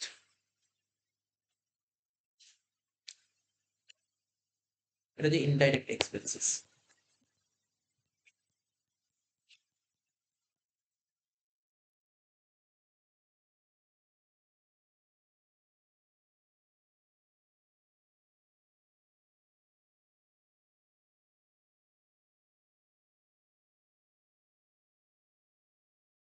মোটামুটি দেখ, মোটামুটি ইন্ট্রোডাকশন পার্ট গেল। এবার আস্তে, আস্তে অঙ্কের দিকে ঢুকছি। ঠিক আছে? অঙ্কের দিকে ঢুকছি। যখন তোর পরীক্ষার ফাইনাল অ্যাকাউন্ট করতে দেবে, জানিস ফাইনাল অ্যাকাউন্ট যখন করতে দেবে তোকে পরীক্ষা হলে কি দেবে? কোয়েশ্চেনটা কেমন সেট করবে? তোর তো পড়েই যাবে ফাইনাল অ্যাকাউন্ট। কি দিয়ে দেবে ফাইনাল অ্যাকাউন্ট করতে গেলে জানিস কি দিয়ে দেবে? পরীক্ষা হলে? হ্যাঁ, ব্যালেন্স শিট দিয়ে দেবে। ব্যালেন্স শিট দেবে। ফাইনাল অ্যাকাউন্ট করতে গেলে তোকে ট্রায়াল ব্যালেন্স দিবে। কি দিয়ে দেবে? Trial balance. কি দিয়ে দেবে ফাইনাল করতে গেলে? Trial balance. দেখবি তো তুই যত অঙ্ক করেছিস তোরা আগে তো করেছিস 11 তো তোর মনে নেই। ঠিক আছে? ফাইনাল অ্যাকাউন্ট করতে গেলে তোকে পরীক্ষায় ট্রায়াল ব্যালেন্স দিবে। ঠিক আছে? ট্রায়াল ব্যালেন্স তোর কোশ্চেনের ট্রায়াল ব্যালেন্স দেবে। বলবে এটা হচ্ছে তুই ফাইনাল। ঠিক আছে? তাহলে দেখ আমি লিখছি ট্রায়াল ব্যালেন্স। নিশ্চয়ই ট্রায়াল ব্যালেন্স মনে আছে তো কেমন ছক হতো ট্রায়াল ব্যালেন্সের? Trial balance. ট্রায়াল ব্যালেন্স কবে তৈরি হতো জানিস? কোন তারিখে তৈরি হয় ট্রায়াল ব্যালেন্স? একটা নির্দিষ্ট দিনে তৈরি হতো। ঠিক আছে? একটা নির্দিষ্ট দিনে ট্রায়াল ব্যালেন্স একটা নির্দিষ্ট দিনে। ঠিক আছে? অ্যাজ অন লিখতাম ট্রায়াল ব্যালেন্স অ্যাজ অন। মনে পড়ে আমরা আগে করতাম কখনো, কখনো ফর দ্য ইয়ার এন্ডেড লিখতাম। কখনো, কখনো অ্যাজ অন লিখতাম। ঠিক আছে তো? ট্রায়াল ব্যালেন্সে অ্যাজ অন লিখ। ঠিক আছে তো? তো সাপোজ ধর ধর ৩১/১২/২৪ এই তারিখে ট্রায়াল ব্যালেন্সটা তৈরি করে। ট্রায়াল ব্যালেন্স তৈরি করার ডেট কি? As on ৩১/১২/২৪। ঠিক আছে? ট্রায়াল ব্যালেন্স কেমন হতো দাগটা দেখ। এরকম দাগ হতো। হয় কি না? এখানে কি লিখতাম বল? এখানে লিখতাম names of account, names of account এগুলো সব বলে দেবে তোকে। চাপ নেই। Names of account. আর এইদিকে কি লিখতাম? ডেবিট। এদিকে কি লিখতাম? ডেবিট। আর এদিকে লিখতাম ক্রেডিট। ট্রায়াল ব্যালেন্স এর দুটো দিকে একটা ডেবিট দিক একটা ক্রেডিট। তোকে পরীক্ষা হলে এগুলো বলে দেবে। হ্যাঁ? পরীক্ষা হলে এগুলো সব দিয়ে দেবে ট্রায়াল ব্যালেন্স। তোকে একটা যখনই তোকে পরীক্ষায় অঙ্ক দেবে না ওকে ট্রায়াল ব্যালেন্স দিয়ে দেবে। ফাইনাল অ্যাকাউন্ট করে দাও। ১৫ নাম্বার আর বুঝেছ? ট্রায়াল ব্যালেন্স দিয়ে দেবে। তুমি ফাইনাল অ্যাকাউন্ট করে দেবে। এখানে names of account, debit, credit. ঠিক আছে? আচ্ছা দেখ ট্রায়াল ব্যালেন্সে আমি যখন ক্লাস 11 এ ট্রায়াল ব্যালেন্স শিখেছি আমি কথা বলছিলাম ট্রায়াল ব্যালেন্সে ৫ টাই আইটেম আসে। ৫ টার বাইরে কোনো আইটেম নেই ট্রায়াল ব্যালেন্সে। ৫ টার বাইরে ৬ নম্বর আইটেম আসে। আমি বলে দিলাম ৫ টাই আইটেম থাকবে। সেই ৫ টা আইটেমের নাম লিখছি। বলতে ওই ৫ টা আইটেমের নাম কি, কি? হ্যাঁ, হ্যাঁ। ট্রায়াল ব্যালেন্সে ৫ টায় আইটেম থাকবে, তাই তো? ৫ টা আইটেমের মধ্যে কি, কি থাকবে দেখ ১ম এ লিখছি। আমি কেমন ভাবে লিখছি দেখ। ক্যাপিটাল, প্রথমে লিখলাম ক্যাপিটাল, ঠিক আছে। তারপর লিখবো কি লাইবিলিটি, তারপর লিখবো ক্যাপিটাল লাইবিলিটি আর লিখবো অ্যাসেটস। ঠিক আছে, কেন আমি এই সিকোয়েন্স লিখলাম সেটাও আমি পরে বলছি। তোরা বলতে পারিস স্যার আপনি তো প্রথমে সি হয় তারপর এ হয় তার মধ্যে ই হয়, আপনি এ কেন করে দিলে? বলবো তো, বলবো কেন বলবো, কেন বলবো একটু বলবো, একটু পরে হয়ে গেল। তাহলে বাকি রইলো কি সি লিখলাম, এল লিখলাম, এ লিখলাম, বাকি রইলো কি বল? আর, আর কি কোনটা? ই, ই আর আর কি লিখবো? একটা এক্সপেন্সেস, একটা লিখবো এক্সপেন্সেস আর একটা রেভিনিউ, 5টা আইটেম লিখে দিন।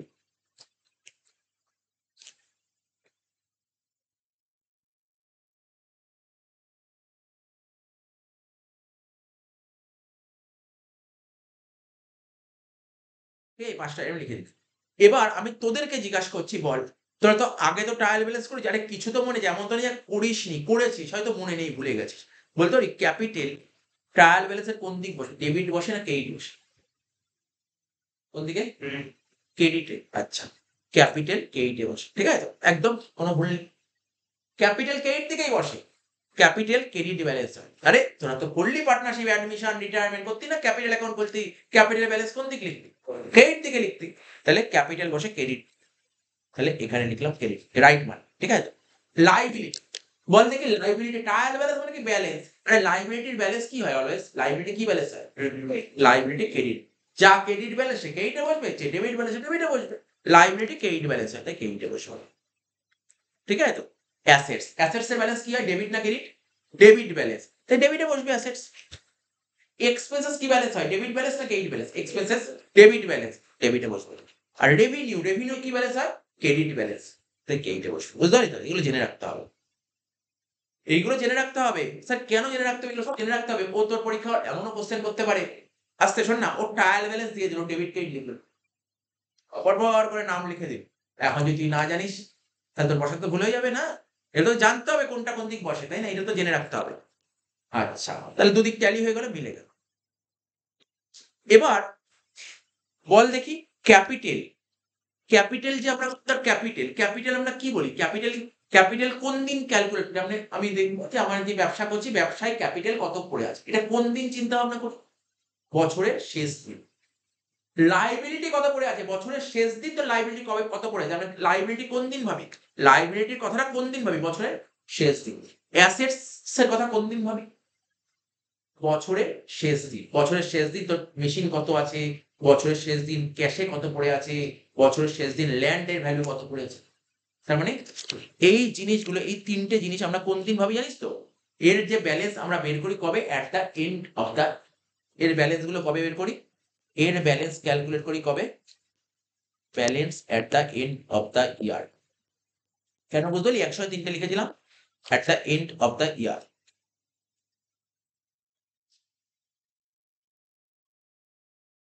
ঠিক আছে। এর ব্যালেন্স গুলো কবে করি আমরা? ক্যাপিটালের ব্যালেন্স বল, লাইবিলিটির ব্যালেন্স বল, অ্যাসেটের ব্যালেন্স, এগুলো জানিস তো তোরা, করেছিলি তো আগে, এগুলো জানিস। ক্যাপিটাল হোক বা লাইবিলিটি হোক বা অ্যাসেটস হোক, এইগুলো কোন দিন আমরা এর ভ্যালুয়েশন কোন দিন করি? আমরা বলি বছরের শেষ দিনে ক্যাপিটাল কত পড়েছে, বছরের শেষ দিনে লাইবিলিটি কত পড়ে, বছরের শেষ দিনে অ্যাসেট কত পড়েছে, ঠিক আছে তো? তাই এইগুলো আমরা বের করি। আর balance at the end of the year. আর এক্সপেন্সেস, এক্সপেন্সেস কি আমি বলি বছরের শেষ দিন কত খরচা আছে? খরচা কি বছরের শেষ দিন হয়? নেই, খরচা সারা বছর ধরে হয়, খরচা সারা বছর ধরে হয়। আর ইনকাম, ইনকাম কি বছরের শেষ দিন হয় নাকি ইনকাম সারা বছর ধরে হতে থাকে? তাহলে এক্সপেন্সেস আর রেভিনিউ কি হয়? ডিউরিং দ্য ইয়ার হয়। কি হয়? ডিউরিং। দুটো ওয়ার্ড পেলি, একটা এন্ড অফ দ্য ইয়ার আর একটা ডিউরিং দ্য ইয়ার, একটা এন্ড অফ দ্য ইয়ার আর একটা ডিউরিং দ্য ইয়ার। তাহলে এটা হচ্ছে এই দুটো জিনিস ডিউরিং দ্য ইয়ার হয়, এই দুটো জিনিস কি হয়? ডিউরিং দ্য ইয়ার হয়।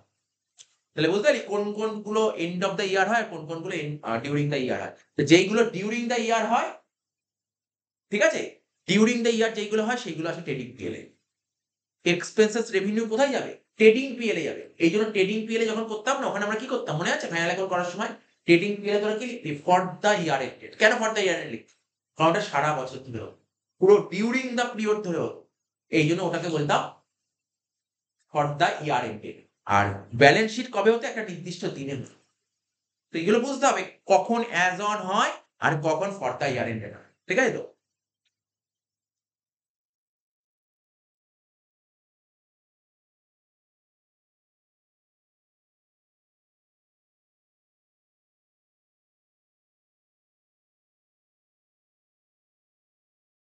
এরপর লিখছি এটাও, ঠিক আছে? এটা তো বোঝালাম ব্যাপারটা। আর তোর পরীক্ষা হলে যখন দেবে না অঙ্ক, এরকম ট্রায়াল ব্যালেন্স দেবে, ট্রায়াল ব্যালেন্সের যে কি দিত মনে আছে? কিছু অ্যাডজাস্টমেন্ট দিত, কিছু অ্যাডজাস্টমেন্ট। তোর পরীক্ষায় তো অনার্সের স্টুডেন্ট, তোর 6-7টা অ্যাডজাস্টমেন্ট ছিল, 6টা বুঝেছিস? ঠিক আছে, চল এটা ট্রায়াল ব্যালেন্স লিখছি। হ্যাঁ, ট্রায়াল ব্যালেন্স লেখ, ট্রায়াল ব্যালেন্স কোশ্চেন সেট করছি। হ্যাঁ, ট্রায়াল ব্যালেন্স অ্যাজ অন, লিখবি অ্যাজ অন 31/12/2024, 31 ডিসেম্বর 2024।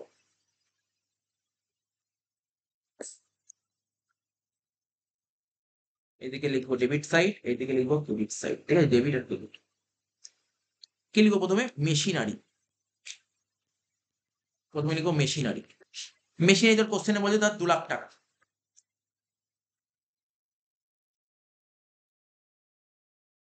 মেশিনারি বলেছে 2 লাখ টাকা, ঠিক আছে? তা আর কিন্তু বলছি না 2 লাখ টাকা কোন দিক, তো জানিস তো মেশিনারি 2 লাখ টাকা, মেশিনারি কোন দিক বসবে? ডেবিট দিকে বসবে, কিন্তু বলার কিছু নেই, মেশিনারি 2 লাখ টাকা। তারপর বিল্ডিং 3 লাখ টাকা লেখ, বিল্ডিং 3 লাখ টাকা লেখ। ক্যাশ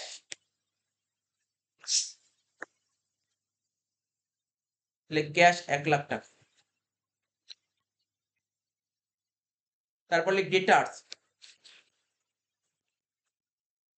ডেটার্স লেখ 1.5 লাখ টাকা, ডেটার্স লেখ 1.5 লাখ টাকা, ঠিক আছে? ডেটার্স লেখ 1.5 লাখ টাকা লিখলাম। তাহলে এই যে 4টে আইটেম, 4টে আইটেম কি? 4টে আইটেম, এই 4টে আইটেম কি হলো? অ্যাসেটস। 4টে আইটেম অ্যাসেটস, ঠিক আছে? 4টে আইটেম অ্যাসেটস মাথায় রাখবি, 4টে আইটেমকে অ্যাসেটস বলা হয়। এবার লিখছি রেন্ট। রেন্ট বলেছে কত? 40,000 টাকা, 40,000 রেন্ট। স্যালারি, স্যালারি বলেছে 60,000। ব্যাড ডেট বলেছে 10,000।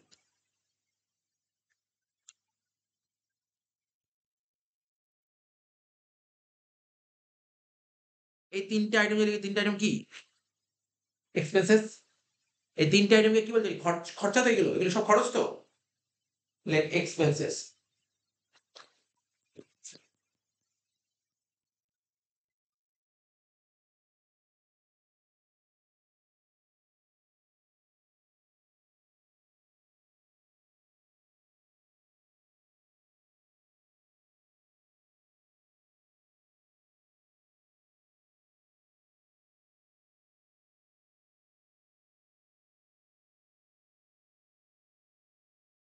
এবার তার নিচে ধর একটা অ্যাডজাস্টমেন্ট বলেছে, নিচে একটা অ্যাডজাস্টমেন্ট বলে দিয়েছে। অ্যাডজাস্টমেন্ট কি বলেছে? লেখ, further bad date ₹4,000। Further bad date ₹4,000। Like further bad date ₹4,000 হলো তো? এবার দেখ,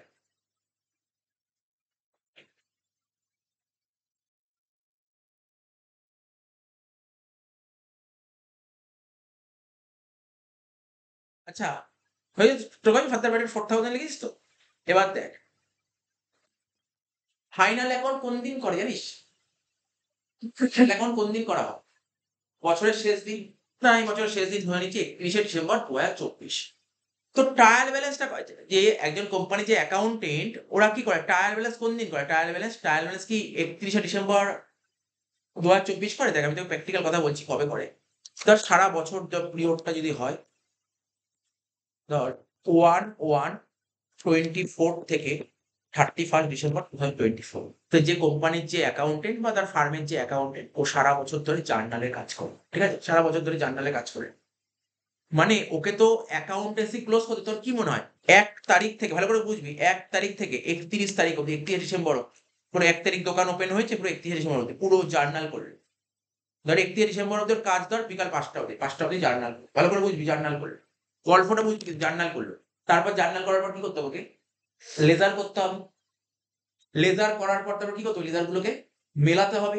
লেজার গুলোকে মেলাতে হবে, লেজার করলো, তারপর লেজার গুলো মেলাবে। মেলার করার লেজার গুলো মেলার পর তারপর কি করতে হবে? ওকে ট্রায়াল ব্যালেন্স করতে হবে। তারপর ট্রায়াল ব্যালেন্স করার পর ওকে ফাইনাল অ্যাকাউন্ট করতে হবে। তাহলে সব কি, ও কি কি মনে হয় ফাইনাল অ্যাকাউন্ট কি, মানে ও জার্নাল বল বা লেজার বল সমস্ত কি 31 ডিসেম্বর অব্দি করে? ব্যাপারটা কি হয় প্র্যাকটিক্যালি কথা যদি বলি, মানে রিয়াল লাইফে এটা হয়, কেননা কোনোদিন সম্ভব নয় ওর ডিউটি 5টা অব্দি। ওর ডিউটি 5টা অবধি। ও 5টা অবধি জার্নাল করলো, তারপর লেজার করবে, তারপর ফাইনাল কোনদিন সম্ভবই নয়। করতেই পারবে না কোনদিন। কি হয় ধর কয়েকদিন আগে এখান থেকে বেশ কিছুদিন আগে ধর আমি মনে করলাম 20ই ডিসেম্বর। কত বললাম? 20ই ডিসেম্বর 2024 এই তারিখ থেকে এই তারিখ অবধি সমস্ত যা অ্যাকাউন্টস সব অ্যাকাউন্টস করল। ১০ দিন অ্যাকাউন্টস করল না। ১০-১২ দিন অ্যাকাউন্টস করল না। ঠিক আছে? ও এত তারিখ ওখানে ফাইনাল অ্যাকাউন্ট করতে বেশ কিছুটা সময় লাগবে। কেননা ও জার্নাল করল। এবার যারা অ্যাকাউন্টেন্ট হয় না? ওরা কি করে? যেদিন জার্নাল করে সেদিন দিয়েই লেজার আনবে। বুঝিসনি কি বললাম? আজকে যে জার্নাল হলো সঙ্গে লেজারের ছক কেটে ও লেজার করা আরম্ভ মানলাম জার্নাল কিন্তু লেজার তো মেলাতে পারবে না। যতদিন না অ্যাকাউন্টস ক্লোজ হবে ও তো লেজার মেলাতে পারবে না। ও জার্নাল করার সঙ্গে লেজারটা করল। এবার ও ২০ তারিখে লেজারগুলোকে কমপ্লিট করল। ২০ তারিখে লেজারগুলো কমপ্লিট করল। ঠিক আছে? মনে থাকবে তো? লেজারগুলো কমপ্লিট করার পর তারপর কি করবে ও? Trial balance. ট্রায়াল ব্যালেন্স কবে করবে? এখানে দেখাচ্ছে ট্রায়াল ব্যালেন্স এই তারিখে। জেনারেলি এই তারিখে করেনি। ও ট্রায়াল ব্যালেন্স করেছে ২০ ডিসেম্বর ট্রায়াল ব্যালেন্স করেছে। কিন্তু এই ১০ দিন কি দোকান কি বন্ধ ছিল না?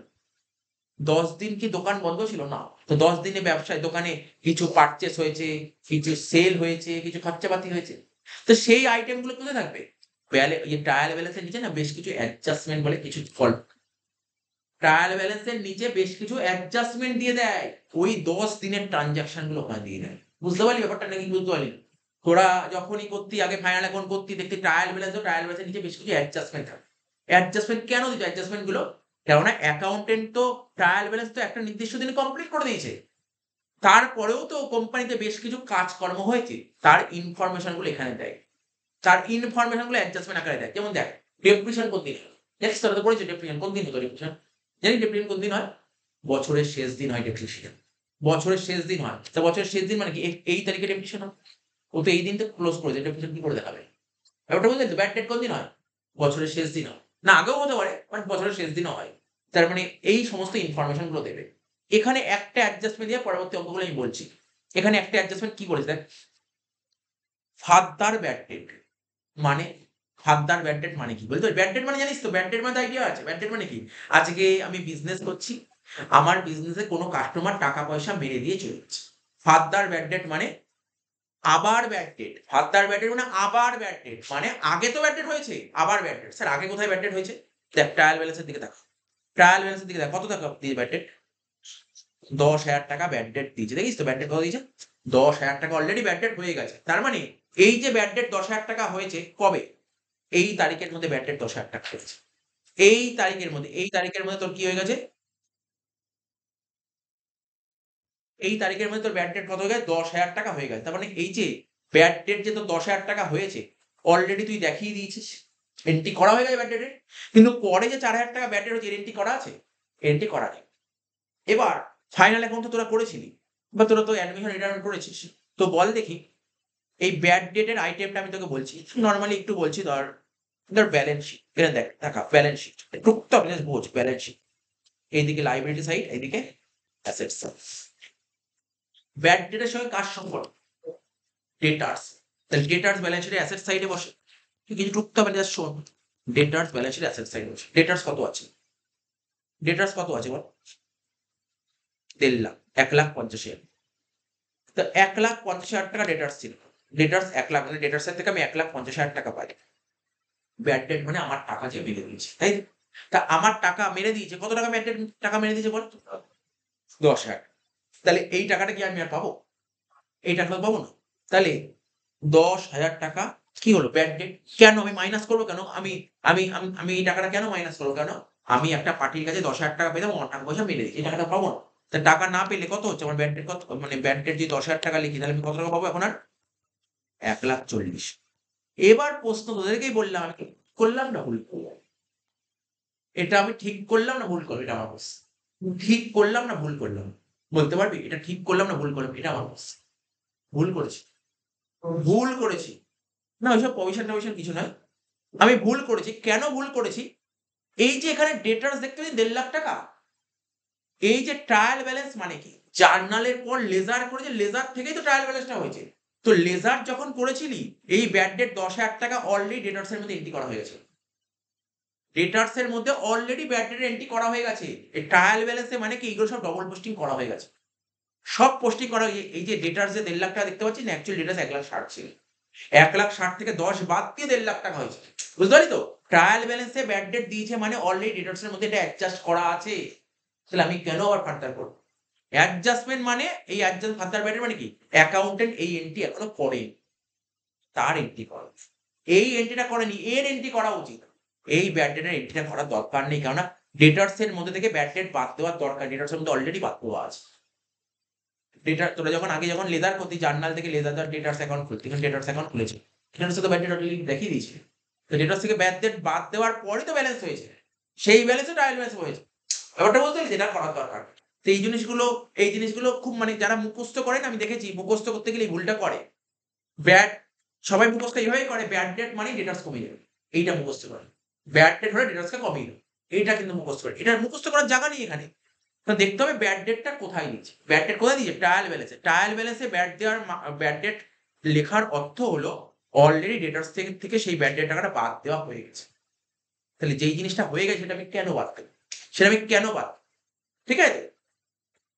তাহলে এখানে আমি যেটা করলাম 1.5 লাখ থেকে 10 এটা ভুল করেছি। তাহলে এখানে কি করব? 10 এর জায়গায় কত লেখা হচ্ছে তোমার?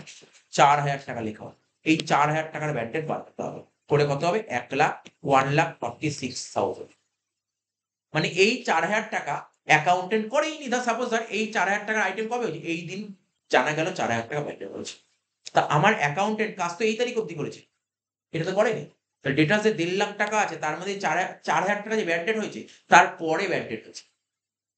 ডেটার্স এর লেজার ফাইনাল করার পরে ব্যাড ডেট 4,000 টাকা হয়েছে। তাহলে 4,000 টাকা তো ডেটার্স কমে গেল। ঠিক আছে তো? এটা তোকে মাথায় রাখতে হবে। এবার আমি তোদের একটা অঙ্ক বলছি। এতক্ষণ অনেক বোঝা গেল তো? এবার নেক্সট অঙ্ক দিচ্ছি। এবার তোকে পুরো কমপ্লিট সামাবো।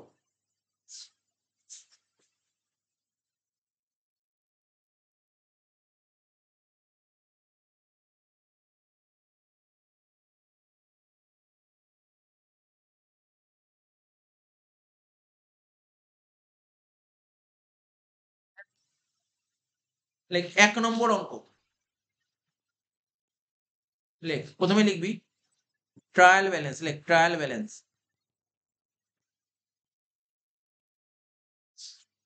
ঠিক আছে? Trial balance. কি লিখবো? As on 31 December 2024। কোশ্চেন দিচ্ছি হ্যাঁ? ৫টা অঙ্ক নিজের কিছু অঙ্ক করাবো তারপর বইয়ের অঙ্কে যাবো।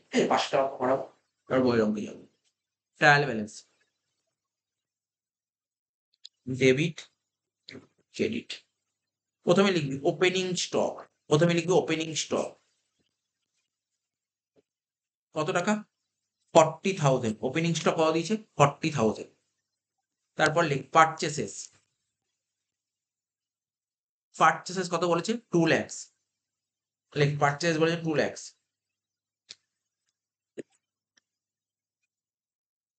পারচেসেস রিটার্ন কত বলেছে? আচ্ছা পারচেস রিটার্ন তো নাম শুনেছিস? পারচেস রিটার্ন কত বলেছে? 10,000 টাকা। বল দেখি পারচেস রিটার্নটা কোন দিক বসাবে? ট্রায়াল ব্যালেন্সের ডেবিট দিকে না ক্রেডিট দিকে? ক্রেডিট দিকে, তাই তো? একদমই ঠিক। পারচেস রিটার্ন ট্রায়াল ব্যালেন্সের ক্রেডিট দিকে বসে। ঠিক আছে? আর পারচেস রিটার্নের আরেকটা নাম বলে দেবে তোকে বই। পারচেস রিটার্নের একটা নাম কি জানিস? রিটার্ন কি? Return outward. পারচেস রিটার্নের আরেকটা নাম রিটার্ন আউটওয়ার্ড। স্ল্যাশ দিয়ে লিখে রাখ, পাশেই লিখে রাখ তাহলে যাতে অসুবিধা না হয়। Return outward. এর আরেকটা নাম রিটার্ন আউটওয়ার্ড। তো কোনো ভুলে যাওয়ার তো কোনো ব্যাপার নেই। পারচেস তো খরচা ডেবিটে আসে। তাহলে পারচেস রিটার্ন কি হবে? তার অপোজিট কি হবে? তো পারচেস রিটার্ন কত বলেছে? 10,000 টাকা। লেখ সেলস। সেলস কত বলেছে? 9 লাখ টাকা। লেখ সেলস 9 লাখ টাকা। সেলস রিটার্ন বল দেখি। এটা বলতে পারি সেলস রিটার্নের আরেকটা নাম কি? Return inward. কত টাকা দিয়েছে?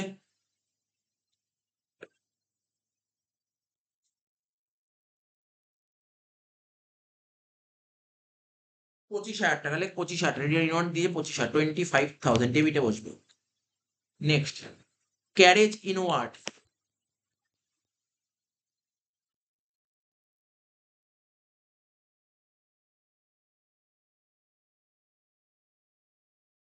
18,000 ক্যারেজ ইনওয়ার্ড লেখ 18,000। ঠিক আছে তো? তারপর লেখ ওয়েজেস।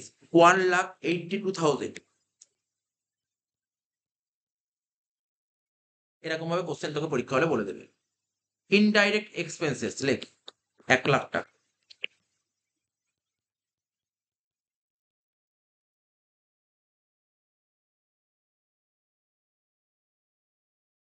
ক্যাপিটাল 12,00,000 টাকা।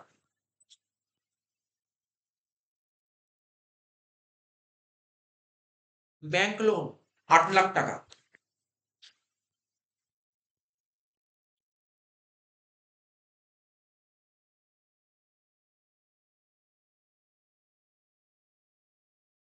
বিল্ডিং 20,00,000 টাকা।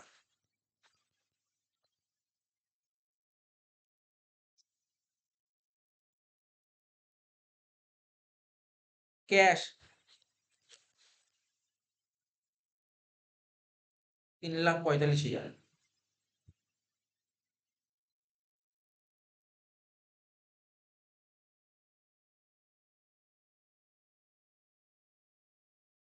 ঠিক আছে, টোটাল কত হচ্ছে?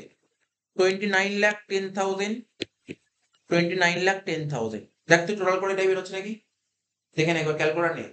40 আর 2,00,000, 2,40,000। ক্যালকুলেটর নে কত? ক্যালকুলেটর নে। তখন তোর এখন ক্যালকুলেটর অ্যালাউ হয়ে গেছে, ঠিক আছে? আগে ছিল না।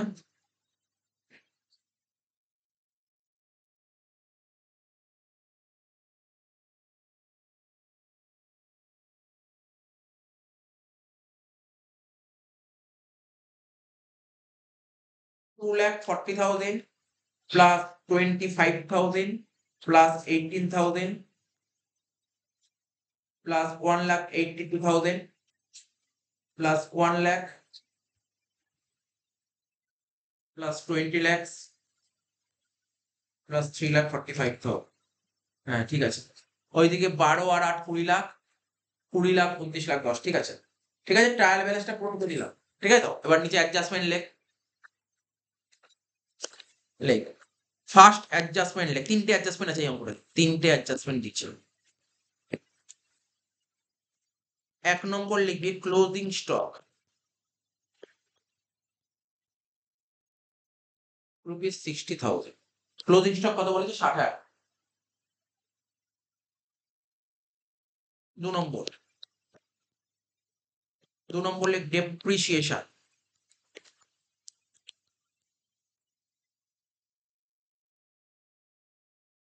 Depreciation is to be charged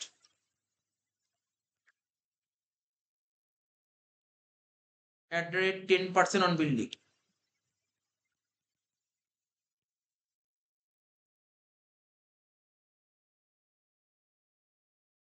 Depreciation is to be charged at a 10% on building. আর লাস্ট অ্যাডজাস্টমেন্ট বলেছে 3 নম্বর,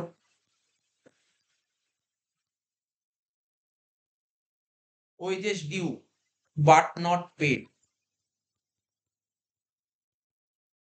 Wages due but not paid to workers.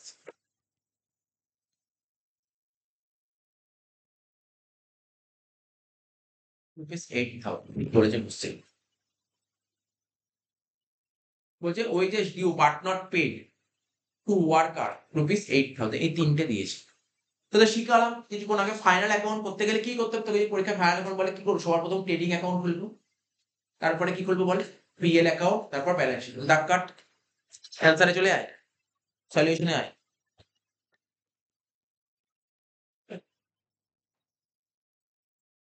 প্রথমে লিখবো কি? In the books of. যে নাম হয় প্রথমে লিখবো ইন দা বুকস অফ। লেখ ইন দা বুকস অফ। নাম তো বলেন, নাম বলেছিল কার ব্যবসা করছি, নাম বলে, নাম বলে তার নাম লিখতে হয় ইন দা বুকস অফ। লিখলাম। আমরা এখন প্রথম 4-5টা অঙ্ক না, আমরা ট্রেডিং আলাদা করবো, পিএল আলাদা করবো, ব্যালেন্স শিট আলাদা। ঠিক আছে তো? যখন আমাদের পুরো ব্যাপারটা মাথার মধ্যে ঢুকে যাবে, তারপর একবারে কিভাবে করতে হয় সেগুলো শিখে, যেটা আমরা করেছিলাম লাস্টের দিকে ক্লাস 11-এ। প্রথমে লিখবো কি? Trading account. লেখ প্রথমে ট্রেডিং অ্যাকাউন্ট লেখ।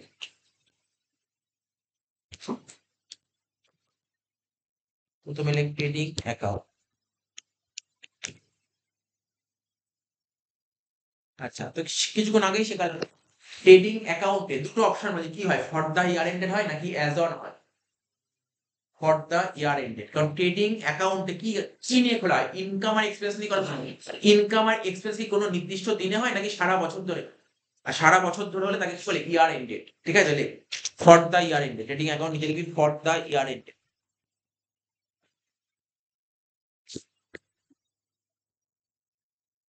কি হবে? 31/12/24।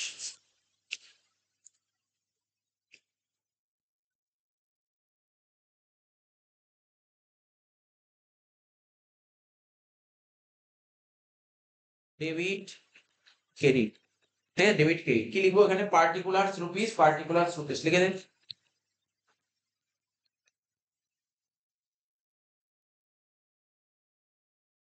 আমরা প্রথম প্রথম অঙ্কগুলো একটু ধরে ধরে করবো, হ্যাঁ, প্রথম 5টা অঙ্ক ধরে ধরে করবো, তারপর না স্পিড নেই। এখন স্পিড নেবো না, এখন আমি জিজ্ঞাসা করবো না কোনটা কোথায় বসে। ঠিক আছে,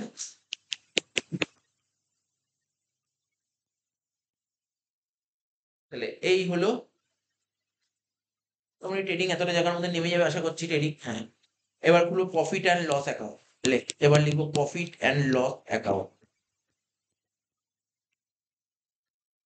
কি লিখবো? For the year ended.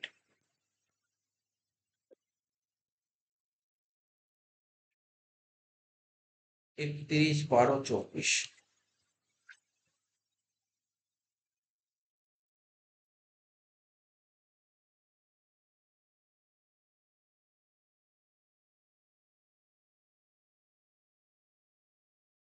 Debit credit.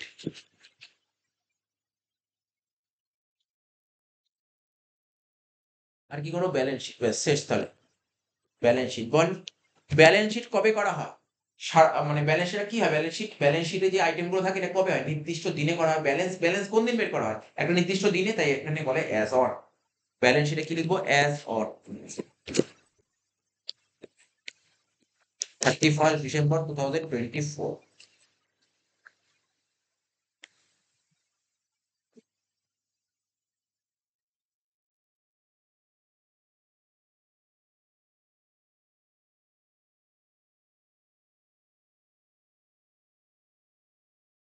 কি লিখতাম? Liabilities plus capital.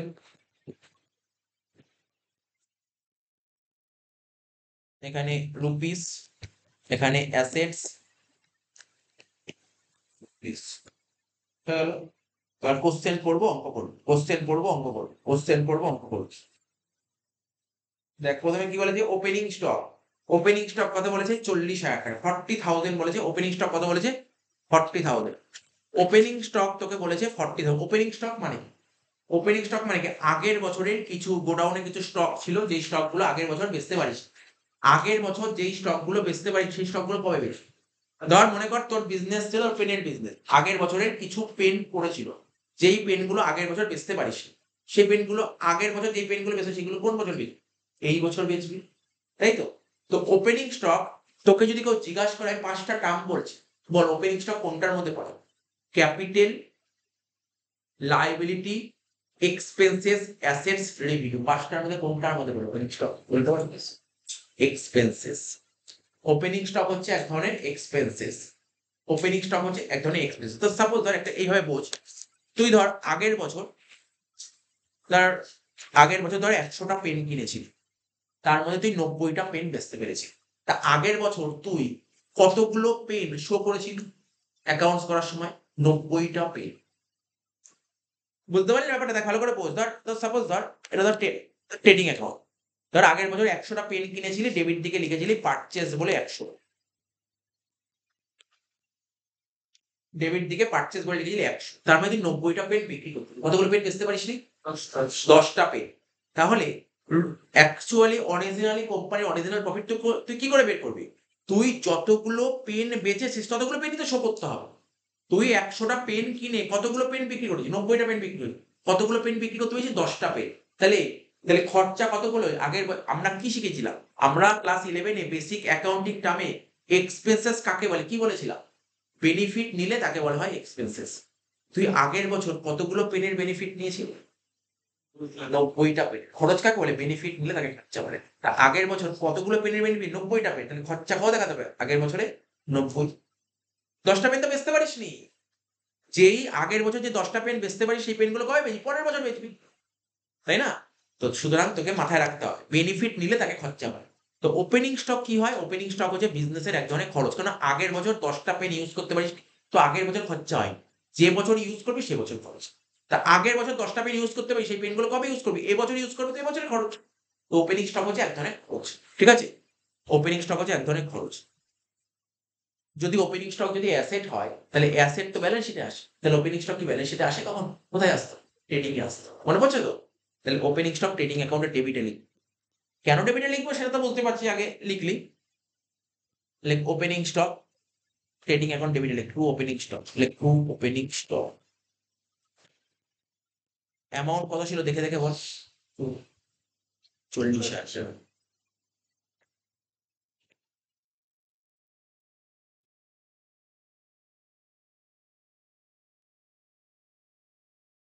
তারপর কি ছিল বল ওপেনিং স্টকের পর? পারচেজ ছিল 2,00,000 টাকা। 2,00,000 টাকার তুই কি করেছিলি? 2,00,000 টাকার এবছর তুই 2,00,000 টাকার গুডস কিনেছিস। তাহলে 2,00,000 টাকার যে গুডস এই যে গুডসটা কিনলি, এটা এটা কি? এটা তোর খরচা তো। গুডস কেনাটা খরচা। তাহলে কি ধরনের খরচ? ডাইরেক্ট খরচ না ইনডাইরেক্ট খরচ? পারচেজ কি খরচ? ডাইরেক্ট খরচ না ইনডাইরেক্ট খরচ? ডাইরেক্ট খরচ। কোথায় আসে ডাইরেক্ট খরচ? জানিস। লেখ পারচেজ ট্রেডিং অ্যাকাউন্টের ডেবিট দিকে বসে। তো পারচেজ ট্রেডিং অ্যাকাউন্টের কোন দিকে বসে? ডেবিট দিকে বসে। পারচেজ ট্রেডিং অ্যাকাউন্টের ডেবিট দিকে বসে। কত টাকা দিয়েছিল বল পারচেজ? 2,00,000 টাকা। ইনারে লিখবো, বুঝিস তো? মনে হচ্ছে কোনো আইটেম আছে, বুঝিস তো? 2,00,000 টাকা ইনারে লিখলি। এই যে ইনার বলতে এখানে ইনারে লিখলি। পারচেজ 2,00,000 টাকা এখানে। তুই 2,00,000 টাকার গুডস কিনেছিস। এবার কি বলেছে? এটা হলো, এটা হলো। তারপরে পারচেজ রিটার্ন বা রিটার্ন আউটওয়ার্ড 10,000 টাকা। তুই যে 2,00,000 টাকার গুডস কিনলি তার মধ্যে 10,000 টাকার গুডস কি বেরিয়েছে? 10,000 টাকার গুডস কোনো কারণে খারাপ বেরিয়েছে, তাই তুই 10,000 টাকার গুডস ফেরত দিয়েছিস। তাহলে তুই কত বলবি? তুই পারচেজ 2,00,000 টাকা করেছিস নাকি 1,90,000? বুঝে বলবি। আমি 2,00,000 টাকার গুডস কিনেছি, 10,000 টাকার গুডস ফেরত দিয়ে দিলাম। তাহলে আমার পারচেজ কত হলো? 1,90,000। 1,90,000 সিম্পল ব্যাপার একদম।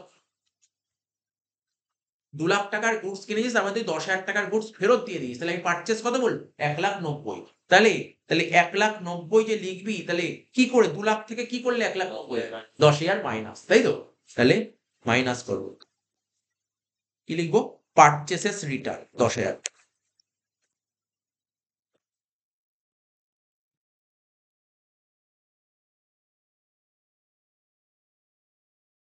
ক্লিয়ার হয়েছে এটা ব্যাপারটা?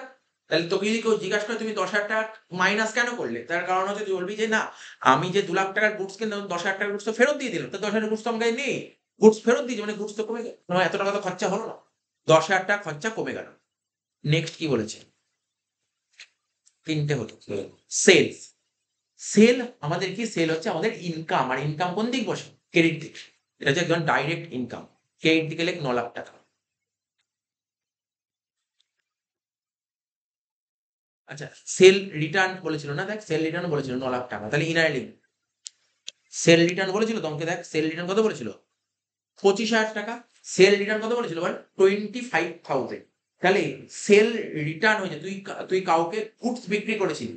যাকে বিক্রি করেছিস সে 25,000 টাকার গুডস ফেরত দিয়ে দিয়েছে। তাহলে আমি এখন সেল কত বলবো? সেল কি 9,00,000 টাকা বলবো? না, না স্যার, সেল 25,000 টাকা কমে গেছে। মানে তো আমাকে 25,000 টাকা গুডস ফেরত দিয়ে দিয়েছে। তাহলে আমি তো সেল তো 9,00,000 বলতে পারি না। সেল 25,000 টাকা কম, মাইনাস দিয়ে লিখবো সেলস রিটার্ন।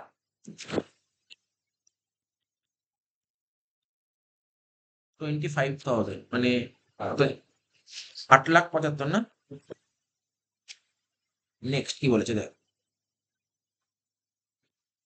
Carriage inward. এটা তো জানি, কিছুক্ষণ আগেই থিওরিতে বোঝালাম ক্যারেজ ইনওয়ার্ড কাকে বলে। এই যে আমি এত টাকার গুডস কিনেছি, গুডস কেনার জন্য আমাকে গাড়ি ভাড়া দিতে হয়েছে 18,000। এই খরচটা কি ধরনের খরচ? এটা কি ধরনের খরচ? ডাইরেক্ট খরচ। আর খরচ তো ডেবিট দিকেই বসে।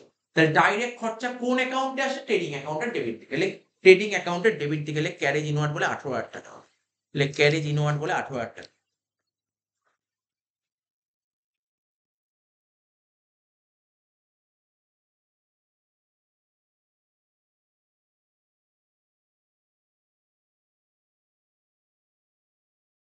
তারপর কি?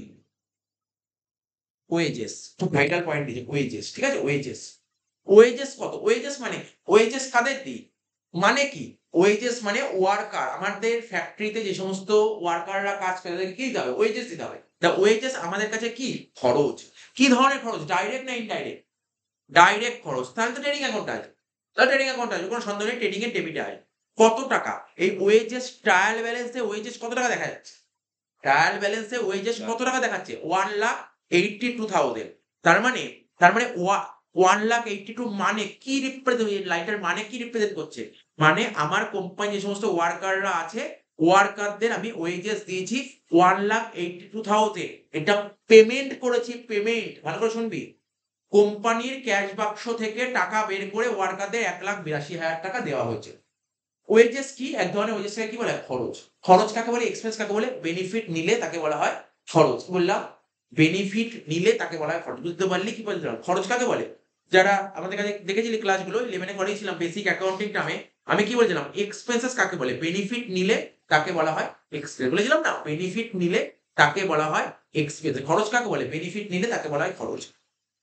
এবার দেখ, আমি আমার কোম্পানির ওয়ার্কারদের ওয়েজেস 1,82,000 টাকা পেমেন্ট করেছি। মানে কোম্পানির ক্যাশ বাক্স থেকে টাকা বের করে ওদের 1,82,000 দিয়ে দিয়েছি।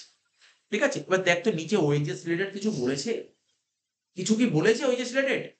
বলছে ওয়েজেস ডিউ, মানে ওয়েজেস এর টাকা ওয়ার্কারদের টাকাটা বাকি রেখেছি। 1,82,000 তো পে করেছি। তারপর আবার বাকিও রেখেছি টাকা।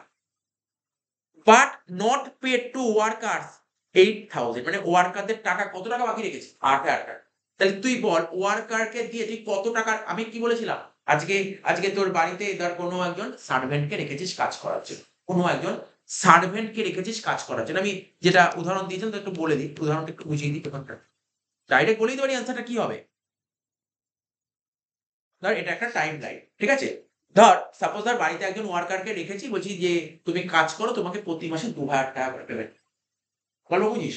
জানুয়ারি মাসে কাজ করো, তো জানুয়ারি মাসে যে কাজ করলো তার পেমেন্টটা কবে করবো ওকে? ফেব্রুয়ারিতে, ফেব্রুয়ারি শেষে করবো।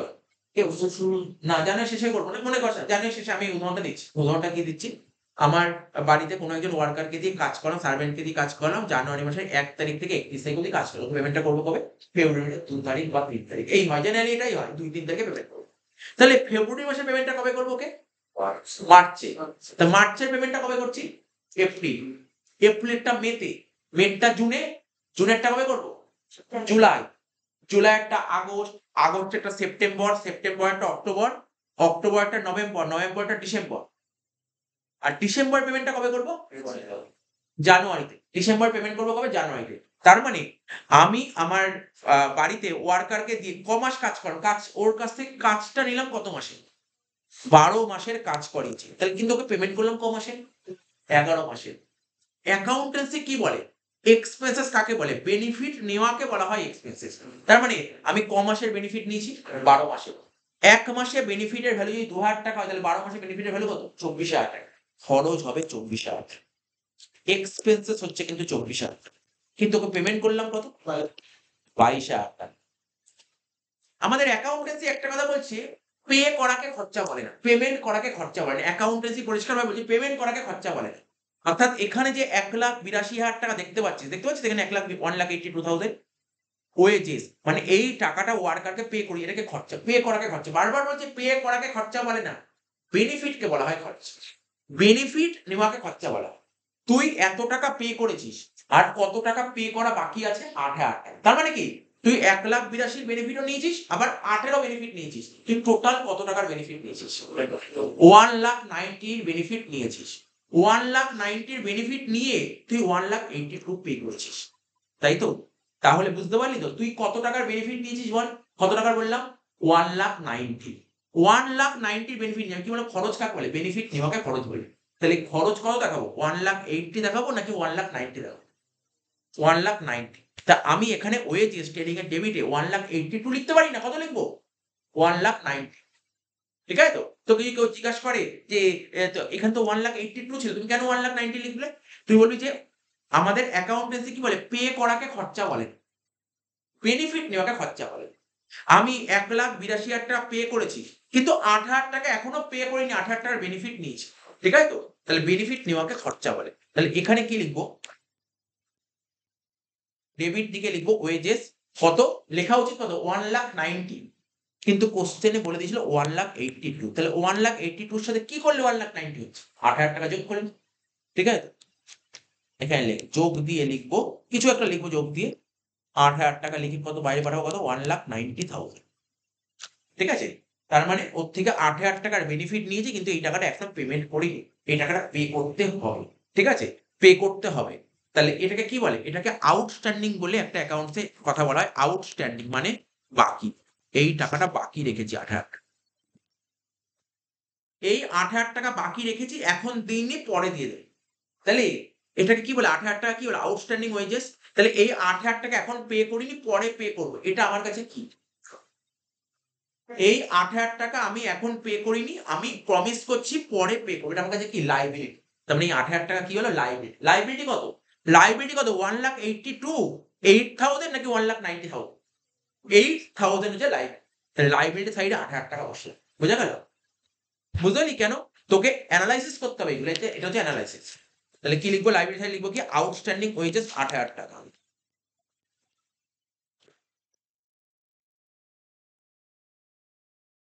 ঠিক আছে? আউটস্ট্যান্ডিং ওয়েজেস 8,000 টাকা। বোঝা গেল কি বললাম? আউটস্ট্যান্ডিং ওয়েজেস কি করে 8,000 টাকা হলো? এটা কিন্তু একটা অ্যাডজাস্টমেন্ট গেল। তাহলে একটা অ্যাডজাস্টমেন্ট কমপ্লিট করলাম। আর এই অ্যাডজাস্টমেন্ট তুই পাবি, আউটস্ট্যান্ডিং আইটেমটা তুই পাবি পরীক্ষায়। আচ্ছা, হয়ে গেল এত অব্দি? আর কি, কি ছিল? ওয়েজেস হয়ে গেছে। ইনডাইরেক্ট এক্সপেন্স, জানিস তো ইনডাইরেক্ট, এটা তো বলতে হবে, এটা কোথায় বসে ইনডাইরেক্ট এক্সপেন্স? কোথায় বসবে? প্রফিট অ্যান্ড লস অ্যাকাউন্টে ডেবিট থেকে লেখ 1,00,000 টাকা। পিএল এর ডেবিটে লেখ।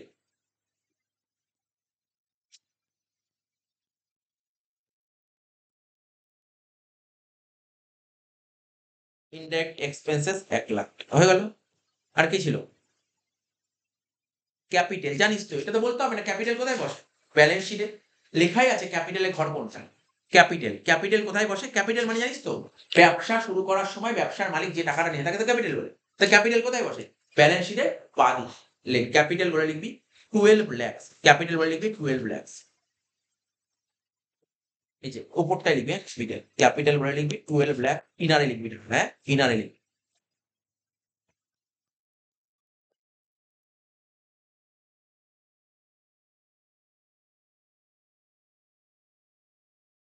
তাহলে ক্যাপিটাল বলতে যে ব্যবসার মালিক ব্যবসায় যেই টাকাটা কন্ট্রিবিউট করে তাকে বলা হয় ক্যাপিটাল, ঠিক আছে?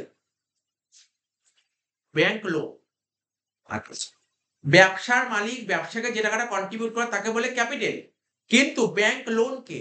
ব্যাংক লোন মানে ব্যবসা করছিস, ব্যবসা করতে গেলে এই তুই ব্যবসা করছিস, তো ব্যবসা করতে টাকা লাগবে।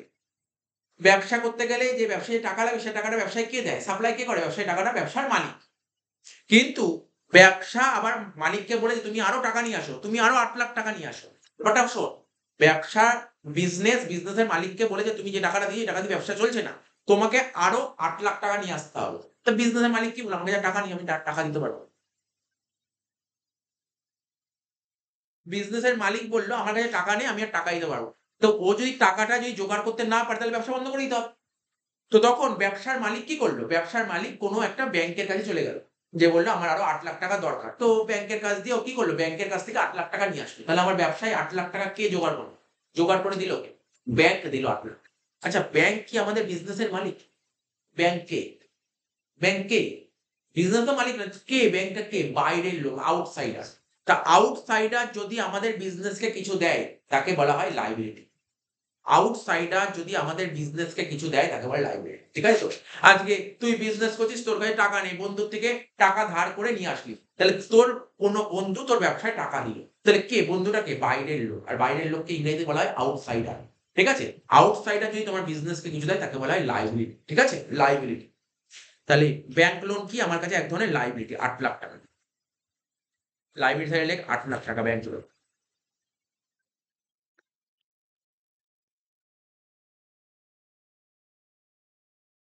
ঠিক আছে? আর কি ছিল? Capital bank, building. বিল্ডিং আমাদের কাছে কি? বিল্ডিং আমাদের কাছে অ্যাসেট। তাহলে ব্যালেন্স শিটের অ্যাসেট সাইডে বসাবি বিল্ডিং 20,00,000 টাকা। বিল্ডিং অ্যাসেট সাইডে 20,00,000 টাকা বসাবি। আমি দেখ বিল্ডিং লিখলাম 20,00,000 টাকা, ইনারে লিখবো, জানিস তো আমার মনে হচ্ছে অ্যাডজাস্টমেন্ট দিয়েছে, বিল্ডিং এর উপর ডেপ্রিসিয়েশন দিয়েছে। দেখ বিল্ডিং এর উপর ডেপ্রিসিয়েশন দিয়েছে, কত টাকা দিয়ে ডেপ্রিসিয়েশন দেখ, এই দেখ ডেপ্রিসিয়েশন 10%। তুই ভাব আজকে তোর বাড়িটা আছে, তুই বাড়িটা তো বসবাস করছিস, বাড়িটা বাড়িটা ইউজ করছিস, বাড়ি ইউজ করলে তার উপর কি হয়, বাড়িটার ভ্যালুটা আস্তে আস্তে কমতে থাকবে। তা বাড়ির ভ্যালু যদি আস্তে আস্তে কমে তাকে কি বলা হয়, ডেপ্রিসিয়েশন। তাহলে তুই এই বছর তোর বাড়িটা কতটা ইউজ করি, 10% ইউজ করি, তোর বাড়িটার মূল্য 20 লাখ টাকা, তুই এবছর 10% ইউজ করেছিস, তাহলে কত টাকার বাড়ি ইউজ করলি, এবছর 2 লাখ টাকা ইউজ করলি, তাহলে এখন বাড়ির মূল্য কত পড়ে আছে, 18 লাখ পড়ে আছে। তাহলে 20 থেকে 18 লাখ হলো, কি করলি, 2 লাখ টাকা বাদ গেল মাইনাস কর 2 লাখ, বাদ দিয়ে হলো 18 লাখ টাকা, এটাকে বলে ডেপ্রিসিয়েশন। তোকে যদি কেউ জিজ্ঞাসা করে কেন 2 লাখ টাকা মাইনাস করলে, কারণ বলবি যে আমি এবছর 2 লাখ টাকার বাড়ি ইউজ করেছি, তাহলে আমার কাছে তো বাড়ির মূল্য 20 লাখ টাকা নেই, 2 লাখ টাকা কমে গিয়ে 18 লাখ টাকা হলো। তাহলে আমি এবছর কত টাকার বাড়ি ইউজ করলাম, 2 লাখ টাকা। আর ইউজ করাকেই অ্যাকাউন্টেন্সি বলা হয়, ইউজ করাকেই বলা হয় বেনিফিট নেওয়া, বেনিফিট নেওয়াকে কি বলা হয়, খরচ। তার মানে এবছর আমার বাড়ির জন্য কত টাকা খরচ হয়, 2 লাখ টাকা, ঠিক আছে। আর এই ধরনের খরচকে কি, এটা কি ডেপ্রিসিয়েশন, এটা কি ধরনের খরচ, ডাইরেক্ট এক্সপেন্স নাকি ইনডাইরেক্ট এক্সপেন্সেস, ইনডাইরেক্ট, তাই না, ইনডাইরেক্ট এক্সপেন্সেস। 2 লাখ টাকা কোথায় যাবে, পিএল এ আসবে, পিএল এর ডেবিটে লেখ to depreciation on building, to depreciation on building কত টাকা, 2 লাখ টাকা। আমার মনে হয় অ্যাডজাস্টমেন্ট সবকটা হয়ে গেল, না একটা বাকি আছে। ক্যাশ লেখ 3,45,000, বল ক্যাশ আমাদের কাছে কি, কোনটার মধ্যে পড়ে ক্যাশ, অ্যাসেটে লেখ ক্যাশ 3,45,000, লেখ অ্যাসেট সাইডে লেখ ক্যাশ 3,45,000।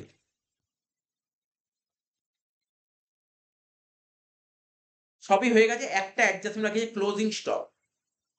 ক্লোজিং স্টক, তোকে যদি কেউ জিজ্ঞাসা করে ক্লোজিং স্টক কি, তুই কি অ্যান্সার দিবি, অ্যান্সার তোর কাছে কি, ক্লোজিং স্টক কি, কি অ্যান্সার হয় তোর কাছে, তুই বলতে পারবি ক্লোজিং স্টক কি।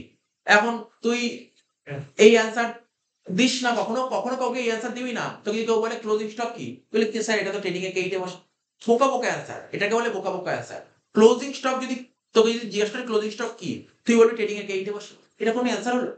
ক্লোজিং স্টক হচ্ছে আমাদের কাছে ক্লোজিং স্টক মানে কি, এই বছর ধর সাপোজ ধর মনে করলাম ধর তোর ধর পেনের বিজনেস, তুই ধর এবছর ধর 10,000 খানা পেন কিনেছিস, তার মধ্যে 9,000 খানা পেন বেচে দিয়েছিস, কতগুলো পেন বেচতে পারিস নি, 1000টা পেন।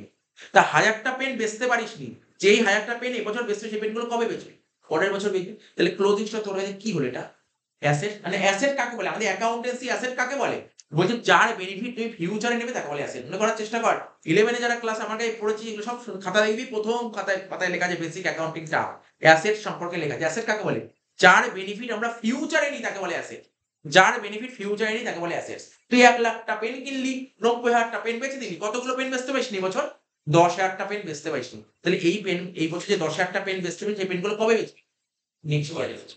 তাহলে নেক্সট ইয়ার এই 10,000টা পেনের বেনিফিট পাবি কবে, পরের বছর। বেনিফিট ফিউচারে নিলে তাকে কি বলে, অ্যাসেট। লামকে যদি কেউ বলে ক্লোজিং স্টক কি, আমি বলবো অ্যাসেটস। ক্লোজিং স্টক অ্যাসেট, কত টাকা, 60,000 টাকা। তাহলে অ্যাসেট সাইডে লেখ ক্লোজিং স্টক 60,000 টাকা, অ্যাসেট সাইডে লেখ ক্লোজিং স্টক কত, 60,000।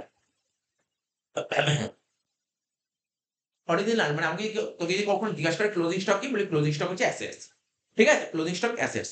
কিন্তু কি শিখেছি, সমস্ত অ্যাডজাস্টমেন্টের ক জায়গায় করে পোস্টিং হয়, 2 জায়গায় পোস্টিং হয়। তাহলে স্যার আরেকটা পোস্টিং করতে হবে তো, আরেকটা পোস্টিং ট্রেডিং, আরেকটা পোস্টিং কোথায় আসে, ট্রেডিং এর কেইটে আসে, তাই তো, ট্রেডিং এর কেইটে আসে।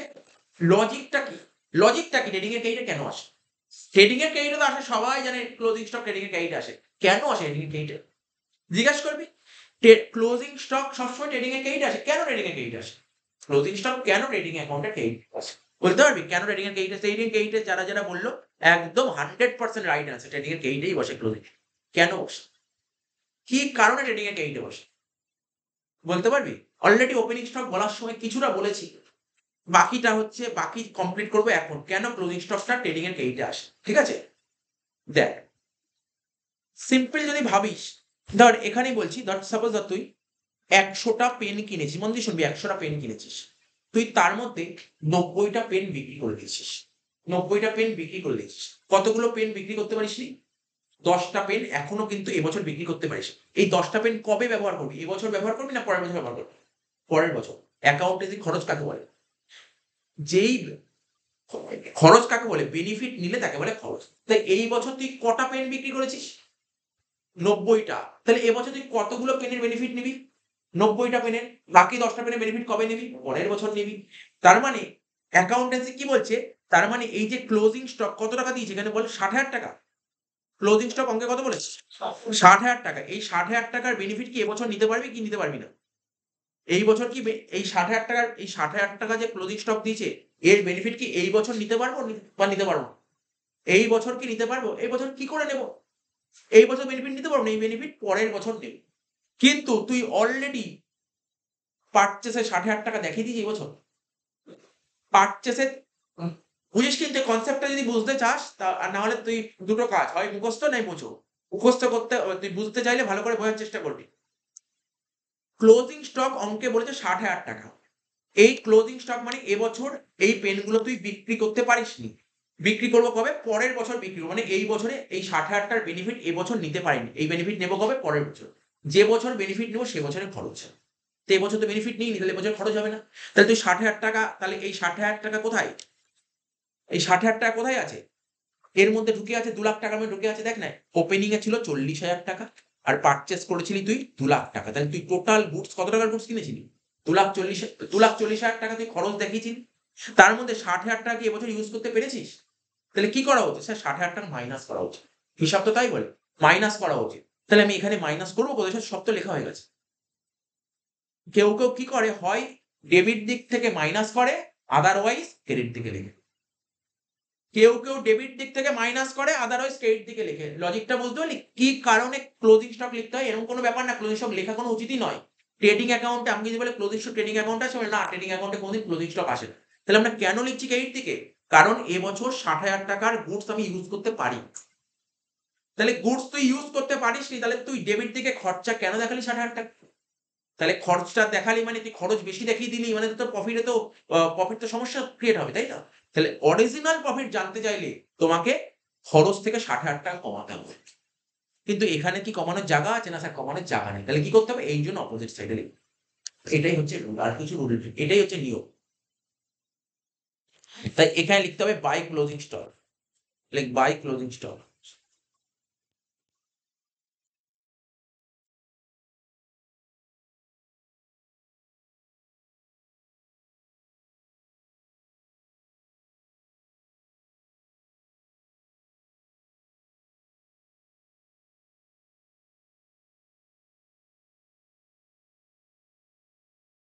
তাহলে কত হচ্ছে? 87,500 plus 60,000। 87,500 plus 60,000।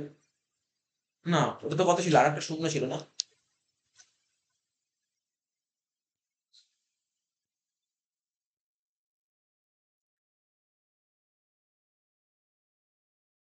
9,35,000।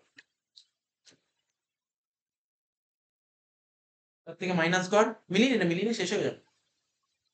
40,000 minus 1,90,000 minus 18,000 minus 1,90,000 কত হচ্ছে? 4,97,000। তাহলে কি শিখেছিলাম? ডেবিট ট্রেডিং অ্যাকাউন্ট থেকে কি বেরোয়? গ্রস প্রফিট বেরোয়। লিখব কি? To gross profit CD.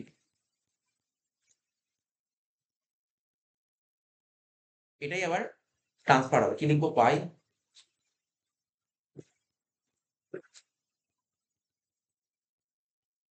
Gross profit BD কত? 4,97,000।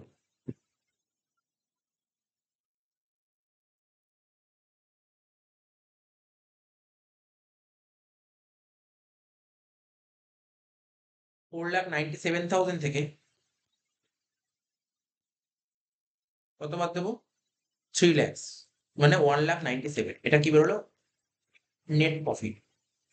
Two net profit. ঠিক আছে? নেট প্রফিট কি করতে হয়? ক্যাপিটালের সঙ্গে যোগ করতে হয়, হ্যাঁ কি না? ক্যাপিটালের সঙ্গে নেট প্রফিটটা যোগ করতে হয়। কত হচ্ছে? 1,97,000, তাই তো?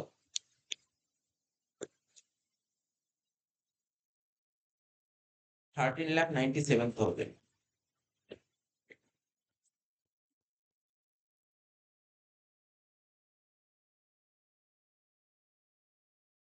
প্লাস 8,08,000 22,05,000,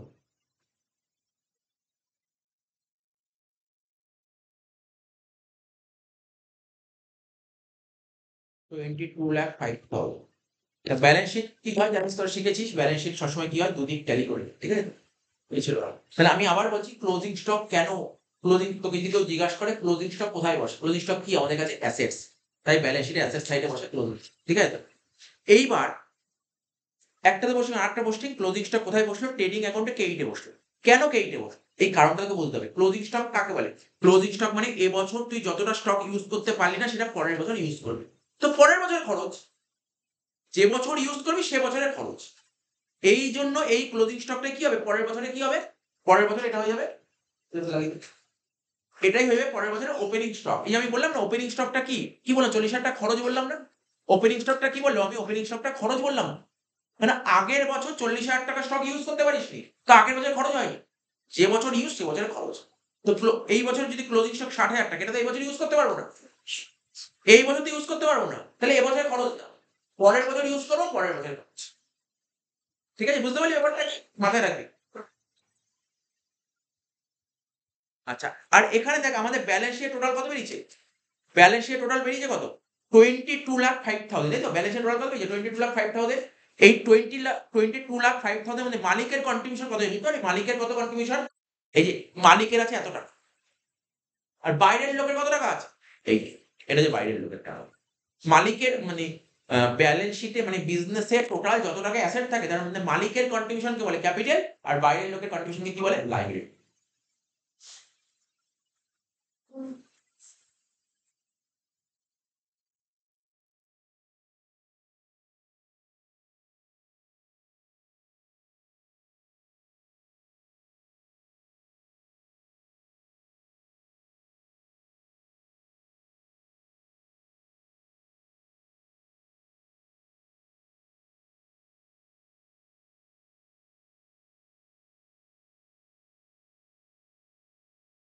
লেখ নিজে লেখ একটু, দু লাইন বাকি আছে লেখ, লেখ মিনিং অফ আউটস্ট্যান্ডিং এক্সপেন্সেস, দু লাইন বাকি আছে, লেখ meaning of outstanding expenses.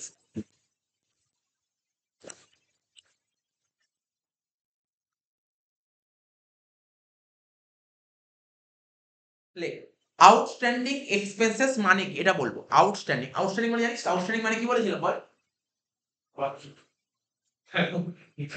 Outstanding মানে কি বাকি, আর এক্সপেন্স মানে খরচা।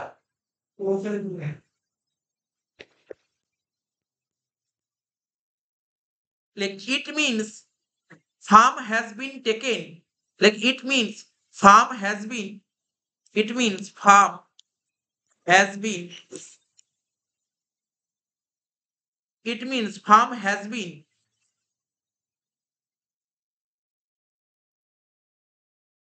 Farm has been taken benefit বা benefit taken লিখতে পারিস।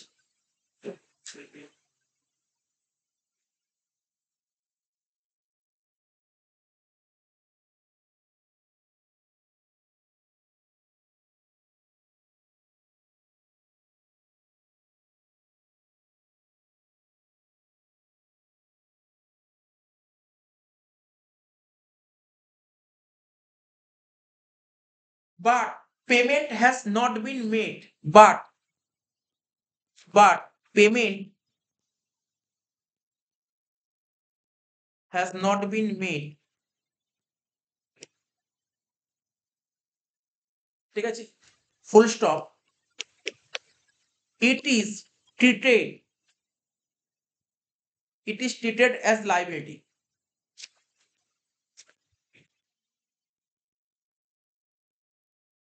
in the balance sheet.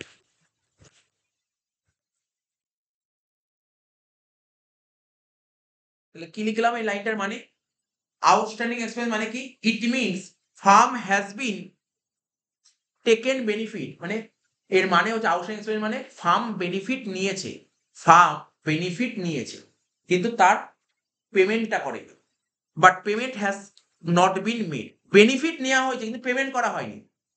It is treated as liability in the balance, এটা হচ্ছে ব্যালেন্স শিটের এক ধরনের লাইবিলিটি, মানে তুই বেনিফিট নিয়েছিস কিন্তু পেমেন্ট করিস, এটা তোর কাছে লাইবিলিটি, ঠিক আছে? এবার লিখবি আউটস্ট্যান্ডিং ওয়েজেস। কনসেপ্টটা কি ছিল? Outstanding wages. কনসেপ্টটা কি ছিল? Outstanding wages. এইবার আউটস্ট্যান্ডিং ওয়েজেস এর ট্রিটমেন্ট কোথায় কোথায় বসে? আউটস্ট্যান্ডিং ওয়েজেস যদি থাকে তোর অঙ্কে কোথায় বসে? স্যার একটা তো ব্যালেন্স শিটের লাইবিলিটি সাইডে বসবে, হ্যাঁ কি না? একটা ব্যালেন্স শিটের লাইবিলিটি সাইডে বসবে আউটস্ট্যান্ডিং বলে যেটা বললি এইমাত্র। একটা ব্যালেন্স শিটের লাইবিলিটি সাইডে বসবে। আরেকটা কোথায় বসলো বল? আরেকটা কোথায় বসলো? ট্রেডিং অ্যাকাউন্টের ডেবিট দিকে, হ্যাঁ কি না? ট্রেডিং অ্যাকাউন্টের ডেবিট সাইডে, ট্রেডিং অ্যাকাউন্টের ডেবিট সাইডে কি করলাম? ওয়েজ অ্যাডেড উইথ ওয়েজেস, হ্যাঁ কি না? অ্যাডেড উইথ ওয়েজেস, ওয়েজের সঙ্গে অ্যাড করলাম। Added with wages.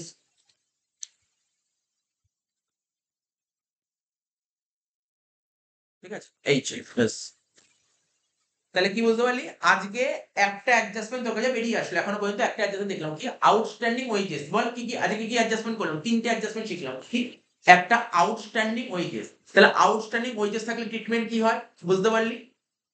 Outstanding wages এর ট্রিটমেন্ট কি হয়? তোকে জানতে হবে ওয়েজেস কোথায় বসে? Trading account.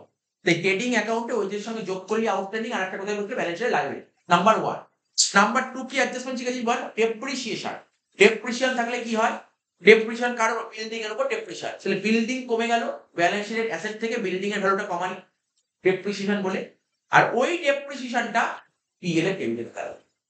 দুটো হলো। আরেকটা যেমন কি শিখি? Closing stock. Closing stock balance শিটের অ্যাসেটে বসালাম। আরেকটা কি? ট্রেডিং অ্যাকাউন্টে তিনটে অ্যাডজাস্টমেন্ট শিখলি। আবার পরের দিন এরকম 7-8টা অ্যাডজাস্টমেন্ট একটা একটা করে আগে অ্যাডজাস্টমেন্ট শিখে তারপর বইয়ের অঙ্কে যাবো। ঠিক আছে?